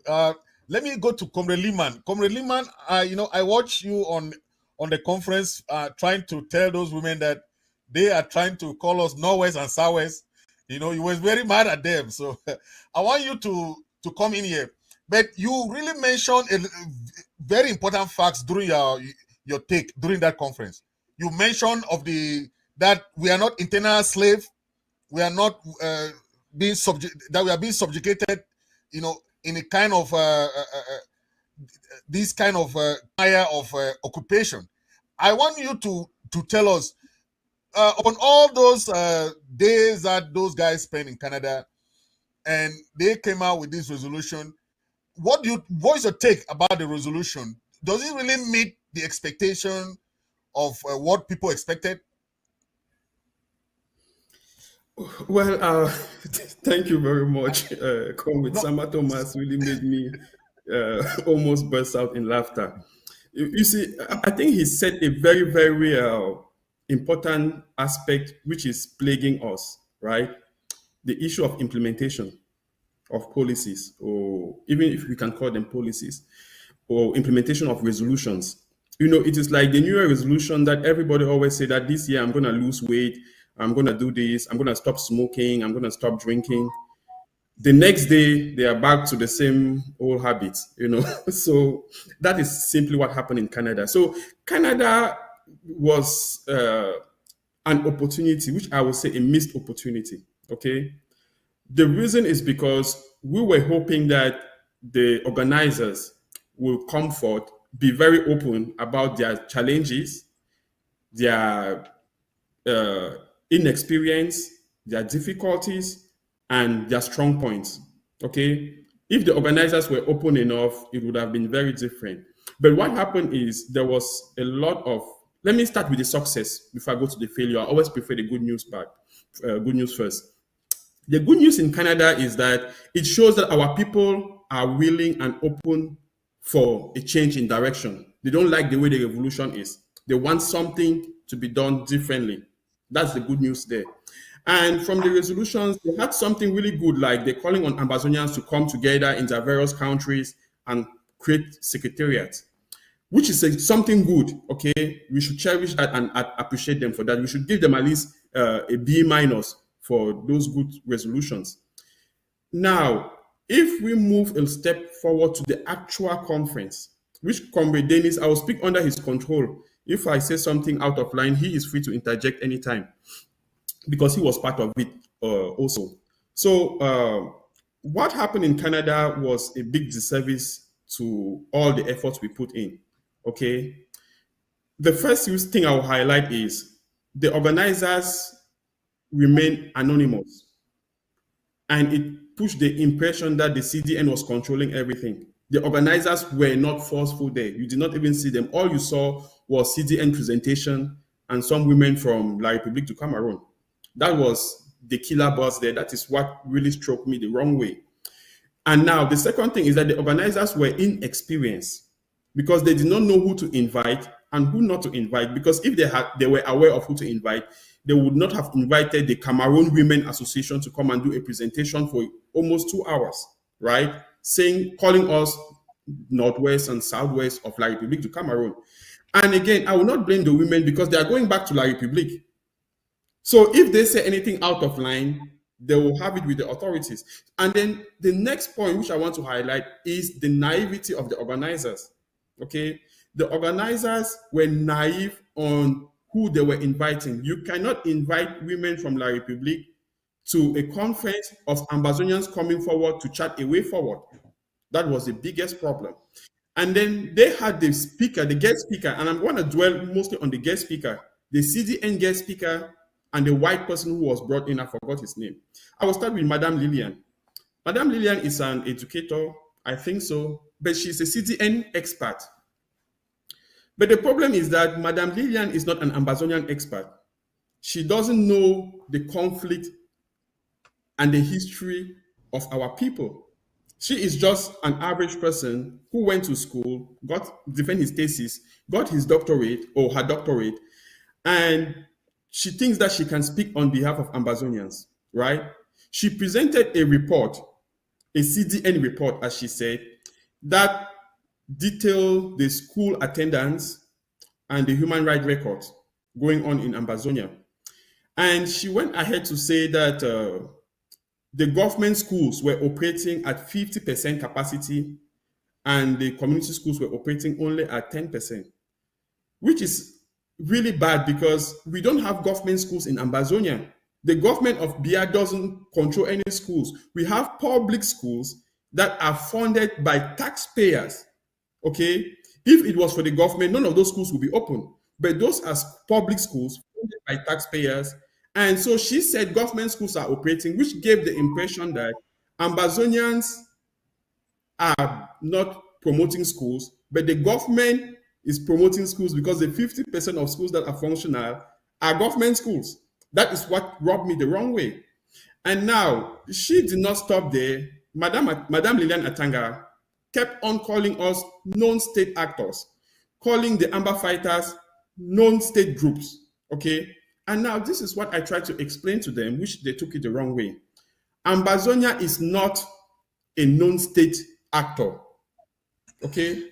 Ambazonia is a subjugated state actor.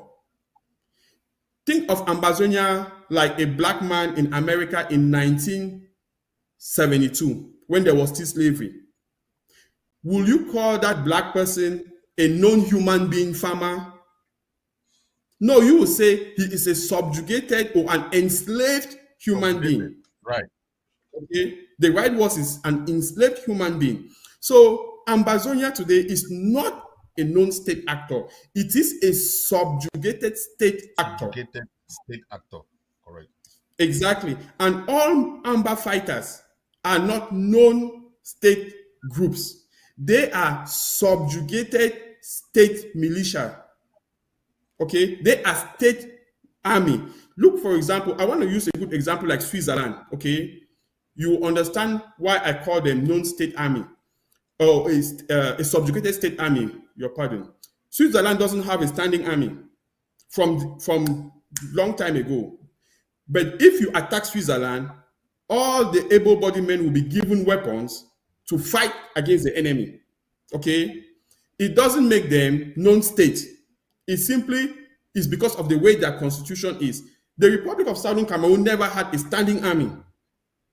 When we agreed with La République du Cameroun to form the new federal state.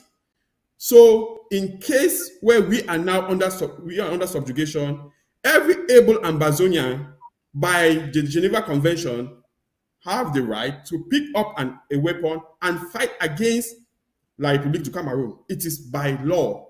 So when the reason I'm highlighting this is very important. I want people to understand the difference between a non-state and a state. Ambazonia is a subjugated state. It is a state nevertheless, okay? And we have to respect that. You might not like it, but those, I can quote you all the articles. Go to Article 56 of the 1961 United Federal Republic's Constitution. That is the document that brought the Southern Cameroons, the Republic of Southern Cameroons, to work with La République du Cameroon. It is clearly stated that this is an agreement between the government of the Republic of Southern Cameroons and the government of the Republic of Cameroons, two sovereign states equal in status. You can open the Constitution, Article 56. If you go to Resolution 1608, the vote was the vote for the independence of the Republic of Southern Cameroons. Okay, it happened on April 21st. And now, so when you have speakers like Madame Lillian, who knows nothing about our history, being invited as a CDN expert, it makes me worry, like, what are you doing? Okay. And they brought a white guy to explain us Resolution 1325 about women in conflict situations. And I said, wait, was the conference in Canada a conference to bring collaboration amongst Ambazonians, or was it a conference for women and gender studies? So we should be very honest with each other. We are past that level where we try to please or play games. The problem is the CDN, calling itself a facilitator, had a problem in the sense that if you bring an NGO into a revolutionary movement, the NGO can never be a revolutionary. They will do NGO business. Right. So the CDN was there to do NGO business.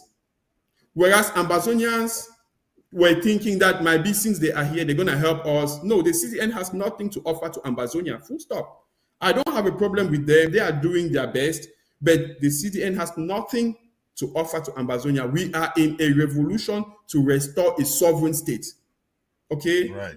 An NGO like CDN has no part to play. So I will congratulate them for trying their best, but they are just not up to the task. Full stop. So let me stop here so I don't monopolize the floor.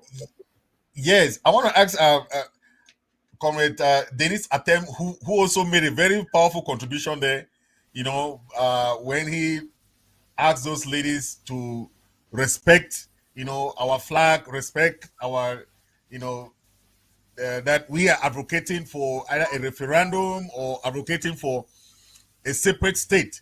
So he also castigated those ladies for calling us like separatists, that those ladies should not call us separatists. Comrade Atemkeng, you were there and you tried to forge the idea of referendum, negotiation, and collaboration.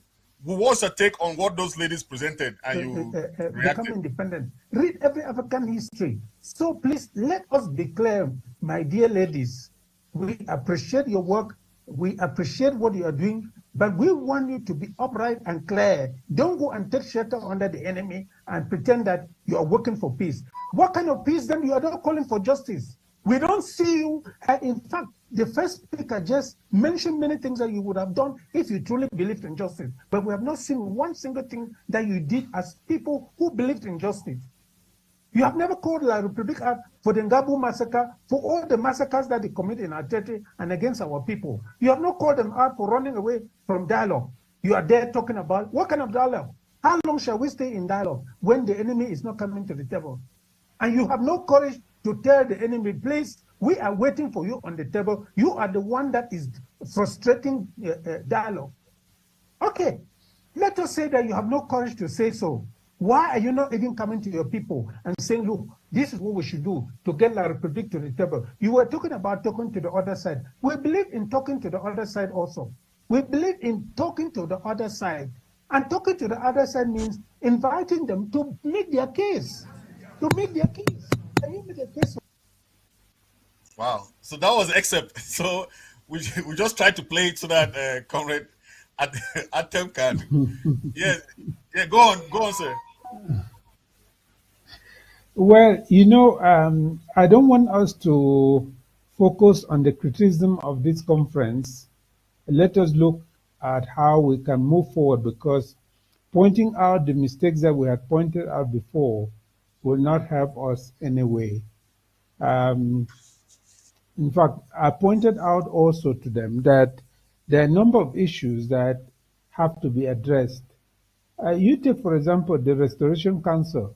When we come now and create a completely new structure, are we just saying that the structures that the people of Ambazonia had created before are just thrown away and ignored? Is that the way a state should behave?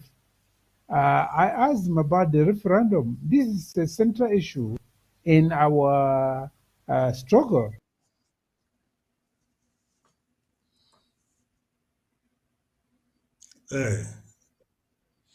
Yeah. Okay. So I think some technical hitches there. Dr. Ngwambe, let me ask your own take about the conference. We saw how those ladies were calling us sours and nowheres, and those disrespectful appellations that trying to sell the Yaoundé agenda. What was your take about the conference as a whole? I think our senior comrade is my, back. My line Okay, go went ahead. off.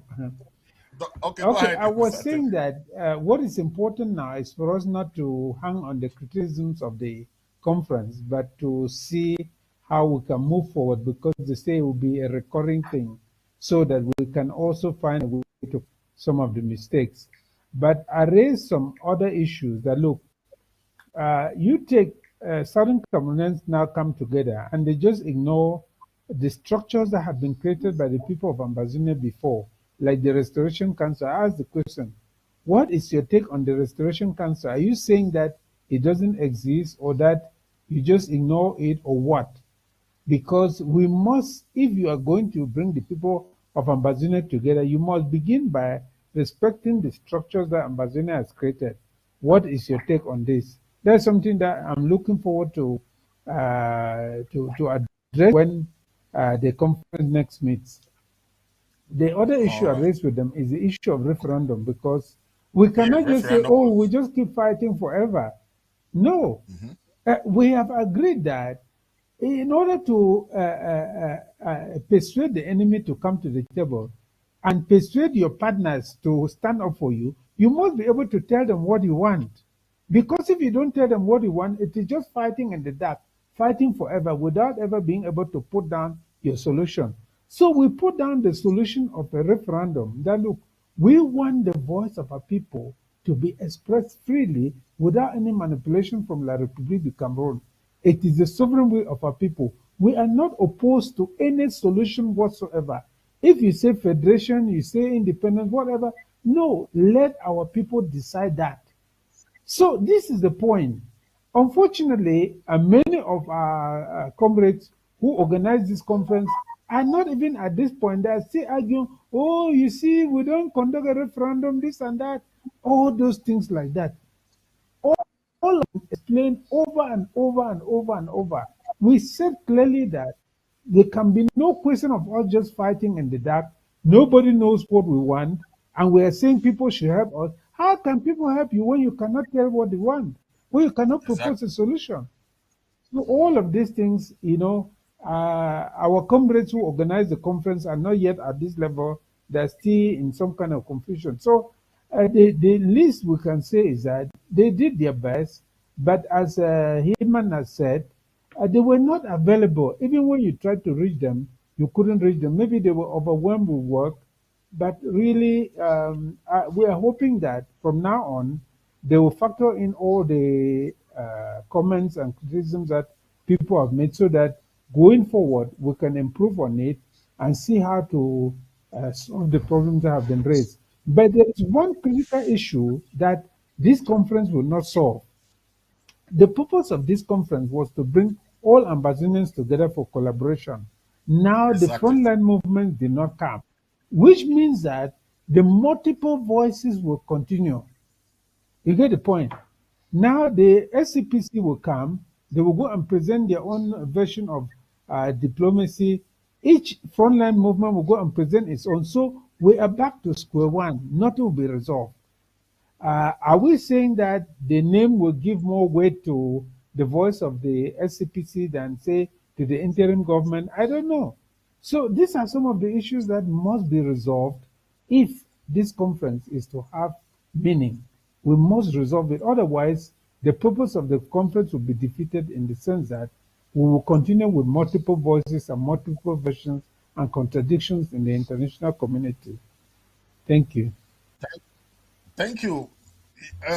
Dr. Ngwambe, like I said, the kind of hypocrisy of the ladies that were invited, we know the ladies have to, they said they are part of a kind of NGO there in Yaoundé, but they have never told the Yaoundé regime of that this is bad. But they came all the way to Canada to come and lecture us about peace. I don't know your take about that. Was that really necessary, inviting women, maybe changing the dynamics of the conference or the main raison d'etre of the conference? Thank you for that question, Comrade Fritz. And I really want to commend our senior brother here, Dennis Atem, because his response to them was apropos. It was 100% on point. This is one of the beefs that I have with those people, especially those who are Ambazonian descent, right? Who come out and say, the liberation forces have done this. You all are problem makers, this and that. And you ask yourself, but we're the ones who want peace through justice. Ambazonians are the ones who have been seated continuously at the negotiation table, first with the Swiss process and then with this Canada pre-talks, let me call it that. We are the ones who actually are interested in peace. We are the ones who don't necessarily want to be killing La Republique du Cameroon people, so they, just like that. We want peace, right? So why is it that you come and you blame the person that is looking for peace, who is committed to pursuing peace, and you don't hold accountable the person who declared the war, who is in our territory, that has burned down houses, who engages in extrajudicial killings, who, when the Ambazonian liberation fighters engage in activities, instead of the La Republique du Cameroon security forces focusing on people who are combatants, they instead go destroying people's homes. We saw some videos going around of La Republique du Cameroon fighters in security forces going through communities, stealing pigs and chickens and all that kind of stuff like that. But these people always seem to blame us. So I really want to commend my brother, my senior brother, Dennis. Thank you for the way you handled those ladies. Because if the people who say they want peace, who say they want normalcy to return to the Gulf of Guinea inside the Cameroons, because mind you, there's more than one Cameroons, right? If they really wanted that, they would go and they would protest at Etudi. They would go and protest at Palais de Justice or Palais de Congrès in Yaoundé. They would do sit-ins. They would do hunger strikes. They would organize nationwide protests to push the various houses of government, even though they're rubber stamp houses of government, of the CPDM dictatorship to be committed to the peace process. They wouldn't be blaming those of us who are fighting to be free and fight, and they wouldn't be blaming those of us who are committed to the peace process. They wouldn't be doing it. So the hypocrisy, we have noticed it, and they are persona non grata in the future, if you ask me. Now, let me speak on my brothers of the CDN, right? I have a lot of respect for them. I believe that they are competent people. But unfortunately, and this is something that our senior comrade, Dr. Kwanga, pointed out, unfortunately, as competent as you all may be, and as educated as you all may be, and as exposed as you all may be, unfortunately, you don't have the track record that is needed to really get some of the things that are needing to be done across the finish line. And Dr. Kwanga pointed this out in one of his recent outings. I don't agree with everything he said in that outing, but he pointed this out clearly. He indicated that you all should have partnered with a more experienced organization and work with that organization to really help what you're doing to be successful. And you see, that's one of the reasons why I honestly I don't know how the CDN and the Southern Cameroon Stakeholders Platform are going to get over whatever it is that they have in themselves, but they need to really find a way to partner with our brothers and sisters of the Southern Cameroon's Ambazonia Consultation Coordination Team. They need to find a way to work together with them and actually engage in more consultations to really figure and to talk to the people and to talk to the main liberation stakeholders of this liberation struggle before they organize this next conference. Because if you all go ahead and organize, you all, the CDN and the Southern Cameroon Stakeholders Platform people, if you all go ahead and organize another conference, you are not going to get the desired result that you are expecting and what we all Amazonians want. So you all need to slow this thing down a little bit, reach out to our brothers of the Southern Cameroon's Ambazonia Consultation Team, define the framework of how you all want to work, and then begin to go around and consult the IG, consult AGOVC, ADF, and consult all the other Dr. Akwanga's team, SOCADEM, APLM, SCAPO, consult all these other people before you proceed on with another consultation. The one thing that I really find unfortunate, I have to say, like looking at the resolutions of this their conference, is that one of the concerns that many of the stakeholders had about this thing was that they were not really clear on what was the ultimate agenda of this conference, this recent conference in Canada. And the resolutions end up showing what the ultimate agenda, their ultimate agenda was. And their ultimate agenda was to create a new structure, a new overall governing structure. Why they didn't say that from the beginning, I don't know. All this additional other stuff that they went and they did was not really necessary, because we already know all these things that they went and they talked about. We already know about the challenges our brothers and sisters are going through back home over education. We already know the challenges our brothers and sisters who have been locked up illegally by La Republique de Cameroon. We already know what they're going through. We already even know what the challenges and difficulties of our liberation forces are. And we even also already know what we need to be doing with our diplomat. We already know all that. But that was just, to me, that was just like a smokescreen or a filler for there to be the creation of this secretariat. And that's not what we really need right now, in all honesty. Well, let me say, not in the way that it was done. If you want to create a secretariat, join with the consultation team, consult with all the major stakeholders, and then we'll be very clear about what the ultimate agenda of the conference is going to be, which is the formation of a united platform where all Ambazonian structures that are meaningful, that are impactful, can come together and have oversight over this liberation struggle together. Because ultimately, a lot of the things and a lot of the conflict that we have in this liberation struggle is because everybody wants to have a say. Everybody wants to be able to influence the liberation fighters. Everyone wants to talk to the diplomats and get a peace thing going on. And because they don't know how they can do it together, or maybe they want to be the only person who has done it, multiple groups are springing up all over the place. All kinds of confusion is taking place. All kind of intoxication is going to the liberation fighters and making them indisciplined and not getting them what they really need. And it's creating this liberation struggle into a mess. So that is the best advice I can give to the CDN. And it's unfortunate. I don't know whether they will take it or not, because it's the exact same situation that arose when the Swiss process was taking place. When the Swiss process was taking place, I still, up to this time, I don't understand why the CDN and those who were part of them, and mind you, some of these same actors who attended this conference, who were the people who were against what was going on at the Swiss process, is the exact same people. And international, and some of the people who were at the CDN's initial conferences told them straight up, you all need to go and work with those who are already at the Swiss process, work with that thing until it comes to a logical conclusion, or you can do something in a way, where you can, if you know that you all have some additional negotiation process coming up, make those negotiation process that you of the CDN think that are coming up to be a part of what the Swiss process is doing, so they can add more teeth to the Swiss process. Unfortunately, the people who were the CDN, they didn't listen.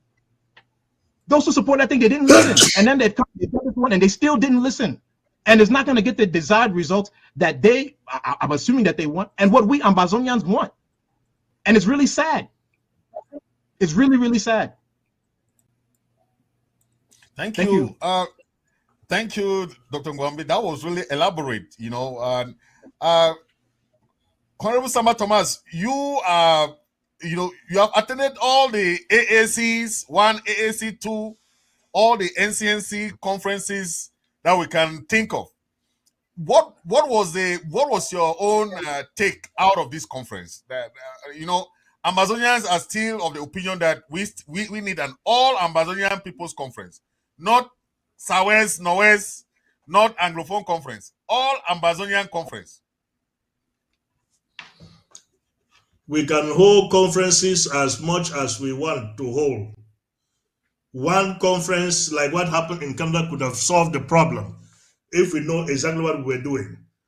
When the Simon Moses and Professor Anyang were organizing AAC1 and which culminated into the organization of AAC2, they didn't sideline anybody. Everybody was brought together at Mount Mary to talk on what was plaguing Southern Cameroonians. They came there with one accord. Those that were to apologize. Those that apologies were actually accepted. Those that their apology was rejected by the floor. By the end of the day, what happened was the Boya Declaration, which led to the Bamenda Proclamation of 1994. So now, Canada, if Canada was sincere, and the CDN was sincere, like Comrade Mike has said, nobody could have been left out, and the subject of discussion could have been put pretty ahead of time that this is what we're going to discuss about. AAC never talk of, let us talk about how La Republic will continue with 10 provinces.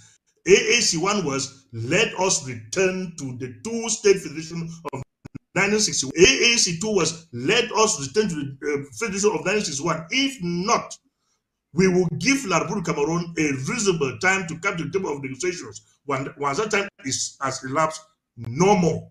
So now, Canada could have thought of all these conferences that they've heard in the past and said, now our problem is unity. What can we do to bring everybody together? And bringing everybody together now does not need these women in front of the screen from that are coming from La Republic government to come and do La Republic's bidding in our meetings. We do not need them. If we need these women, what we can only tell this, my advice to these women is that let them tell La Republic Cameroon that we are one Cameroonese people.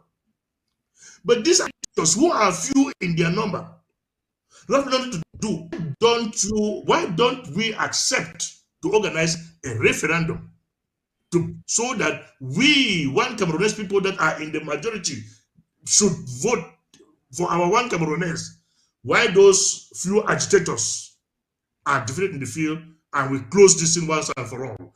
Do that, but they must not carry it into any of our settings that we are talking of the total liberation of the Southern Cameroons. Had it been I was in Canada, I will not sit down to watch these women for 2 hours read that piece of trash in that conference. I will meet them at the stage. They will go and never remember to come back again when a thing of that magnitude is organized. So what am I saying here to Comrade Lihmann? Next time, if we are organizing any meeting of the sort, and we know it's going to be serious and to be sincere, it must not be Southern Cameroonians calling other Southern Cameroonians to come and sit, because we are too suspicious of each other. We should call Professor Lumumba and give him that task, or any other body, friendly body that we recognize. Give them that task to invite those people we know that if they are not on the table, everything said and done in such things will be nil and void. We should bring them all together so that when we are leaving that conference, we know that we've done something concrete that will be binding to all Southern Cameroonians. Thank you. Because of time, I'll just make sure that we ask this last question and we give our closing remark. But this goes to Comrade Lihmann. Comrade Lihmann, I just want your advice after the failed Switzerland talk, the failed Canada talk, failed Grand National Dialogue, failed Canada Conference, failed. Everything has been failing. What is your suggestion moving forward? If we have something that can synergize all the groups, all the leaders, and working together for a collaborative platform and structure. And you give your final remarks, please. Okay, I really want to thank you for giving me this opportunity to set the record straight. I want to confine in you guys something, and I think the entire Ambazonian public needs to know. Okay, the problem I had with the Canada conference is their lack of experience. I think they did everything right, but the lack of experience caused them to do a lot of mistakes. Okay, let us not get it out of context. And I want to call Dr. Ngwambe on something he said about the people in the organizers of Southern Cameroon's conference, Toronto, not opening up.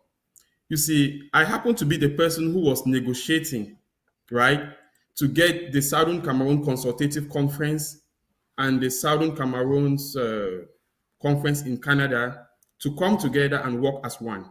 I was given that assignment by the two groups. What happened is the organizers in Toronto, they came to a meeting to meet the organizers of the consultative conference. The organizers of the consultative conference refused and boycotted the meeting in front of me. Let me explain something to the Ambazonian people. I was in Washington, D.C. when we had the consultative conference with one of our big international friends, which I will not call their name out of respect. We were there for 3 days in a workshop. Okay, we came and we were asked to organize, to bring all Ambazonians together and let us have like a pre-conference meeting. What happened is those who were working with the consultative conference, they did not want to meet the organizers of the Toronto conference because of the CDN. They had all these accusations about the CDN. And so I said to the CDN, let us organize a meeting for me, CDN, the organizers of the Toronto conference, and the organizers of the Southern Cameroon Consultative Conference. CDN showed up. The organizers of the Toronto conference, that is SCPC or SCPSP or what they call stakeholders, they showed up. But the consultation conference guys did not show up. Okay? And now what happened is these guys, they went into the conference organized by themselves, not knowing exactly what to do. And they ended up inviting the wrong people, passing the wrong message, and not even being able to articulate a well-defined message. So again, this is my problem we have. There is no rules of engagement in Ambazonia. There is no standard, okay? Even the Restoration Council you guys called, what are they saying when AGOVC and ADF are extorting Ambazonians through liberation tax? Have you heard the Restoration Council say anything? No, they are absent. My problem is Ambazonians will have to have a term of reference, okay? We should be able to say, okay, if to organize an Ambazonian conference, we want all the groups to send in delegates, and we want the civil society to send in delegates, and let us meet and plan on the conference. We cannot just organize conference without planning. So my advice to Ambazonians is, with the disunity, not disunity, we have a lot of disorganization and dysfunctionality, but we are united because we want to restore the sovereignty of the Republic of Ambazonia. Our problem comes, we don't agree on what route to take. We have like 30 pilots trying to control one single plane. We have 50 captains trying to control a ship. We will need to come back, organize ourselves, know that in a ship, we have a crew. In that crew, we have the captain, we have the sailors, we have all those people who do different jobs, the mechanics, the technicians, the electricians, but all of them are working for the ship to go ahead. Okay, so my advice to Ambazonians is nobody have the silver bullet. Okay, but first of all, Ambazonians need to come together in their various host countries. The United States is not the center of Ambazonia. No, we have Ambazonians in Europe, in Africa, Asia. What I'm saying is let all Ambazonians in their various host countries come together, build an Ambazonian presence. One, let them have a common representation. And then they can, all of us, if we do that, America meets, have their own representation, UK, Belgium, we now organize a conference with all the delegates from the various countries, they meet. And then there we can now draw a particular let's say, an Ambazonian, how do they call it? Some sort of manifesto, right? That states the rules and what parties should play. Because look, for example, we have a situation where one person wants to do everything. Let's take, for example, AGOVC. Ayaba wants to control self-defense. Ayaba wants to control diplomacy. Ayaba wants to control community mobilization. Ayaba wants to control diplomatic missions. Ayaba wants to control education. Ayaba wants to control taxes. Ayaba wants to control. I mean, one person cannot do it all. We have 8 million Ambazonians. Can we come together, do division of labor so that we know one person is doing A, this person is doing B, that person is doing C. At the end of it, we can all come back together and give an account of what we have been doing in our respective fields. We are trapped in this small poor bear mindset where unity means everybody has to come and sit under one person. That's not unity. It is centralization.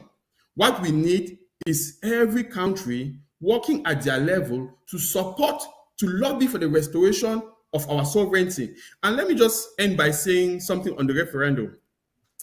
The referendum we are calling is not a gift to Ambazonia. It is our inalienable human rights.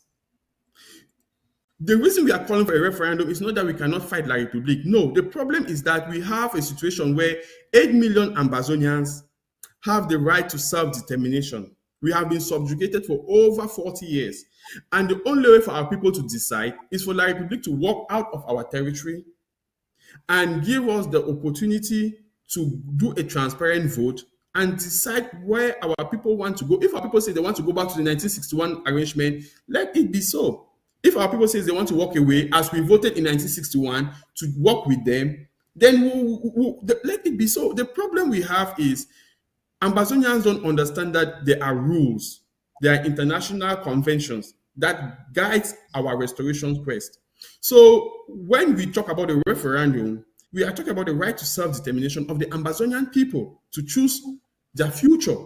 So I'm hoping that we will come together, at least have rules of engagement that enable us to work together. There is no society without rules of engagement or what you call a social contract.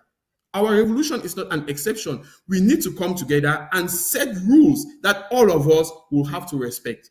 Given that we are under subjugation and we don't have a central government to take care and establish laws that will govern all of us, we will have to come together and set those rules of engagement.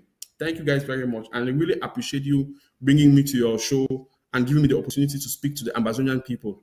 I hope you guys will continue to take the leadership position and bring all Ambazonians together. Thank you very much. Thank you very, very much for that closing. Thank you. You made some very pertinent point there, and I want Ambazonian to know about sending group delegates, about building that kind of Ambazonian presence in various countries, and also that referendum is our right. It's not it's a right of an Ambazonian to choose what they want for themselves, and also trying to have that social contract and rules of engagement. Thank you very much, Comrade Lihmann. It was nice to see you again. Thank you. Comrade Sama Thomas, your take on the final arbitration of these issues. That what is your own roadmap and advice to Ambazonian as of now? What roadmap do you think is good? I know you mentioned an internationally supervised referendum, but apart from that, what roadmap do you think is good for the Ambazonian people as of now to take? And you give your final remark, please. I think the roadmap for us to take is the roadmap of unity. If we cannot unite, at least we should collaborate. We should be given one signal to the international community. This is what I've been shouting over and over for years, that we are passing a lot of mixed signals to the international community, and as such, people do not know who to listen to and what to take, what to believe. We should come together. I've come again with this phrase of, let us be John the Baptist in the Southern Cameroon struggle. You should know that when you are fighting for the liberation of the Southern Cameroons, you might not enter the southern Cameroons. So fight if you will never be there, but you want to liberate that land. If you are opportune, like the Thabo Mbekis and Jacob Zuma, or they call it Jacob Joseph, Jacob Zuma, if you are opportune like them to go to the southern Cameroons, don't fight that I must be president because the southern Cameroons is liberated. Wait for your turn. You might rule for, if you fight, you might die without ever being the president of the southern Cameroons. But still, I cannot be thinking of being the president of southern Cameroons today when the southern Cameroons is still far away. I should fight for the liberation of southern Cameroons first. So let us, fellow brothers and sisters, comrades, let us fight first for the liberation of southern Cameroons. When that country is liberated, we can now turn to see if I can lead. But for the moment, I do not see any reason fighting for leadership. For it is this leadership fight that has caused us to be where we are today, tearing each other apart. Because I must be the one to stand ahead and lead. I've never been standing ahead to lead. But am I not a leader? I am a leader by my own standing. So lead like Sama Thomas, and let us go to where as fast as possible. Not fighting Sama Thomas here, of which there is nothing you will gain out of fighting Sama Thomas. So we should really climb down from our high horses, sit down, look at each other, eyeballs to eyeballs, and ask, what are we fighting for? What did we set out for?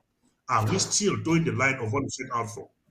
This is my plea to all Southern Cameroonians, that our roadmap, my roadmap is unity, nothing other than unity, or at least collaboration, and stop the mixed signals that we are passing around the world. That's my advice. Thank you, Comrade. Thank you very much for coming. I appreciate it. You have really pushed forward with that idea of coming together and collaboration, and that is very important point. And I'm very grateful for that. That Ambazonians are listening, the leaders are listening. Okay, and if they want to follow that advice, then good and fine. Comrade Dr.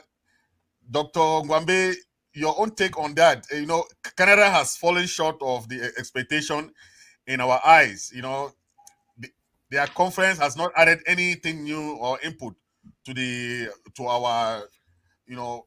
So what is your take of any future engagement, and what advice you give to the leaders that coming together, uniting as one single structure to put forth the struggle will be beneficial to the struggle?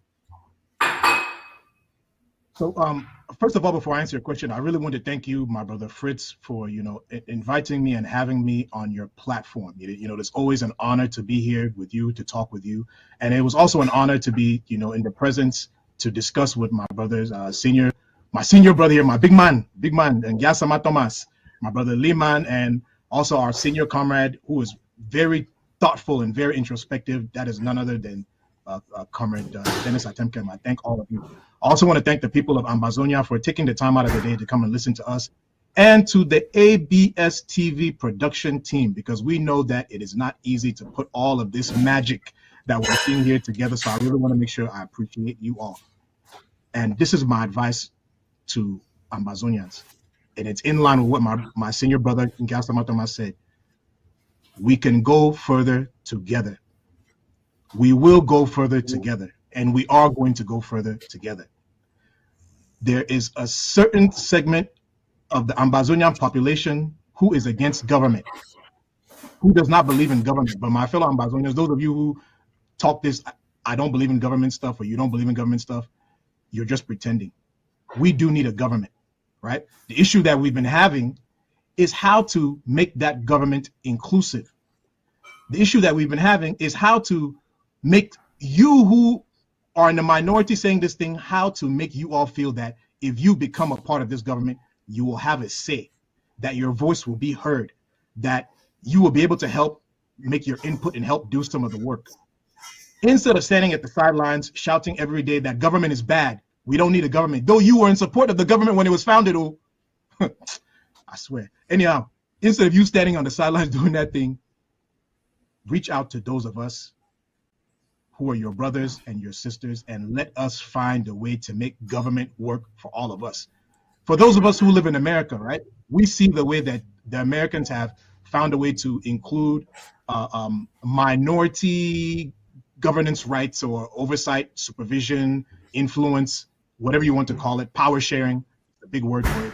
They have figured out how to make the input of the minority part of the government. That's why something like in the Senate, the filibuster is there, right? The minority group can filibuster and keep the majority from actually being able to influence. There's actually even you have to have a 60 votes in order before you can bring a particular law to the table. That's how you help do things that get the minority involved. So let's talk. Let's figure out how we can put together this structure that is going to help all of us be able to have input on the way this liberation struggle is supposed to be coordinated. Personally, I believe the IG can do that, right?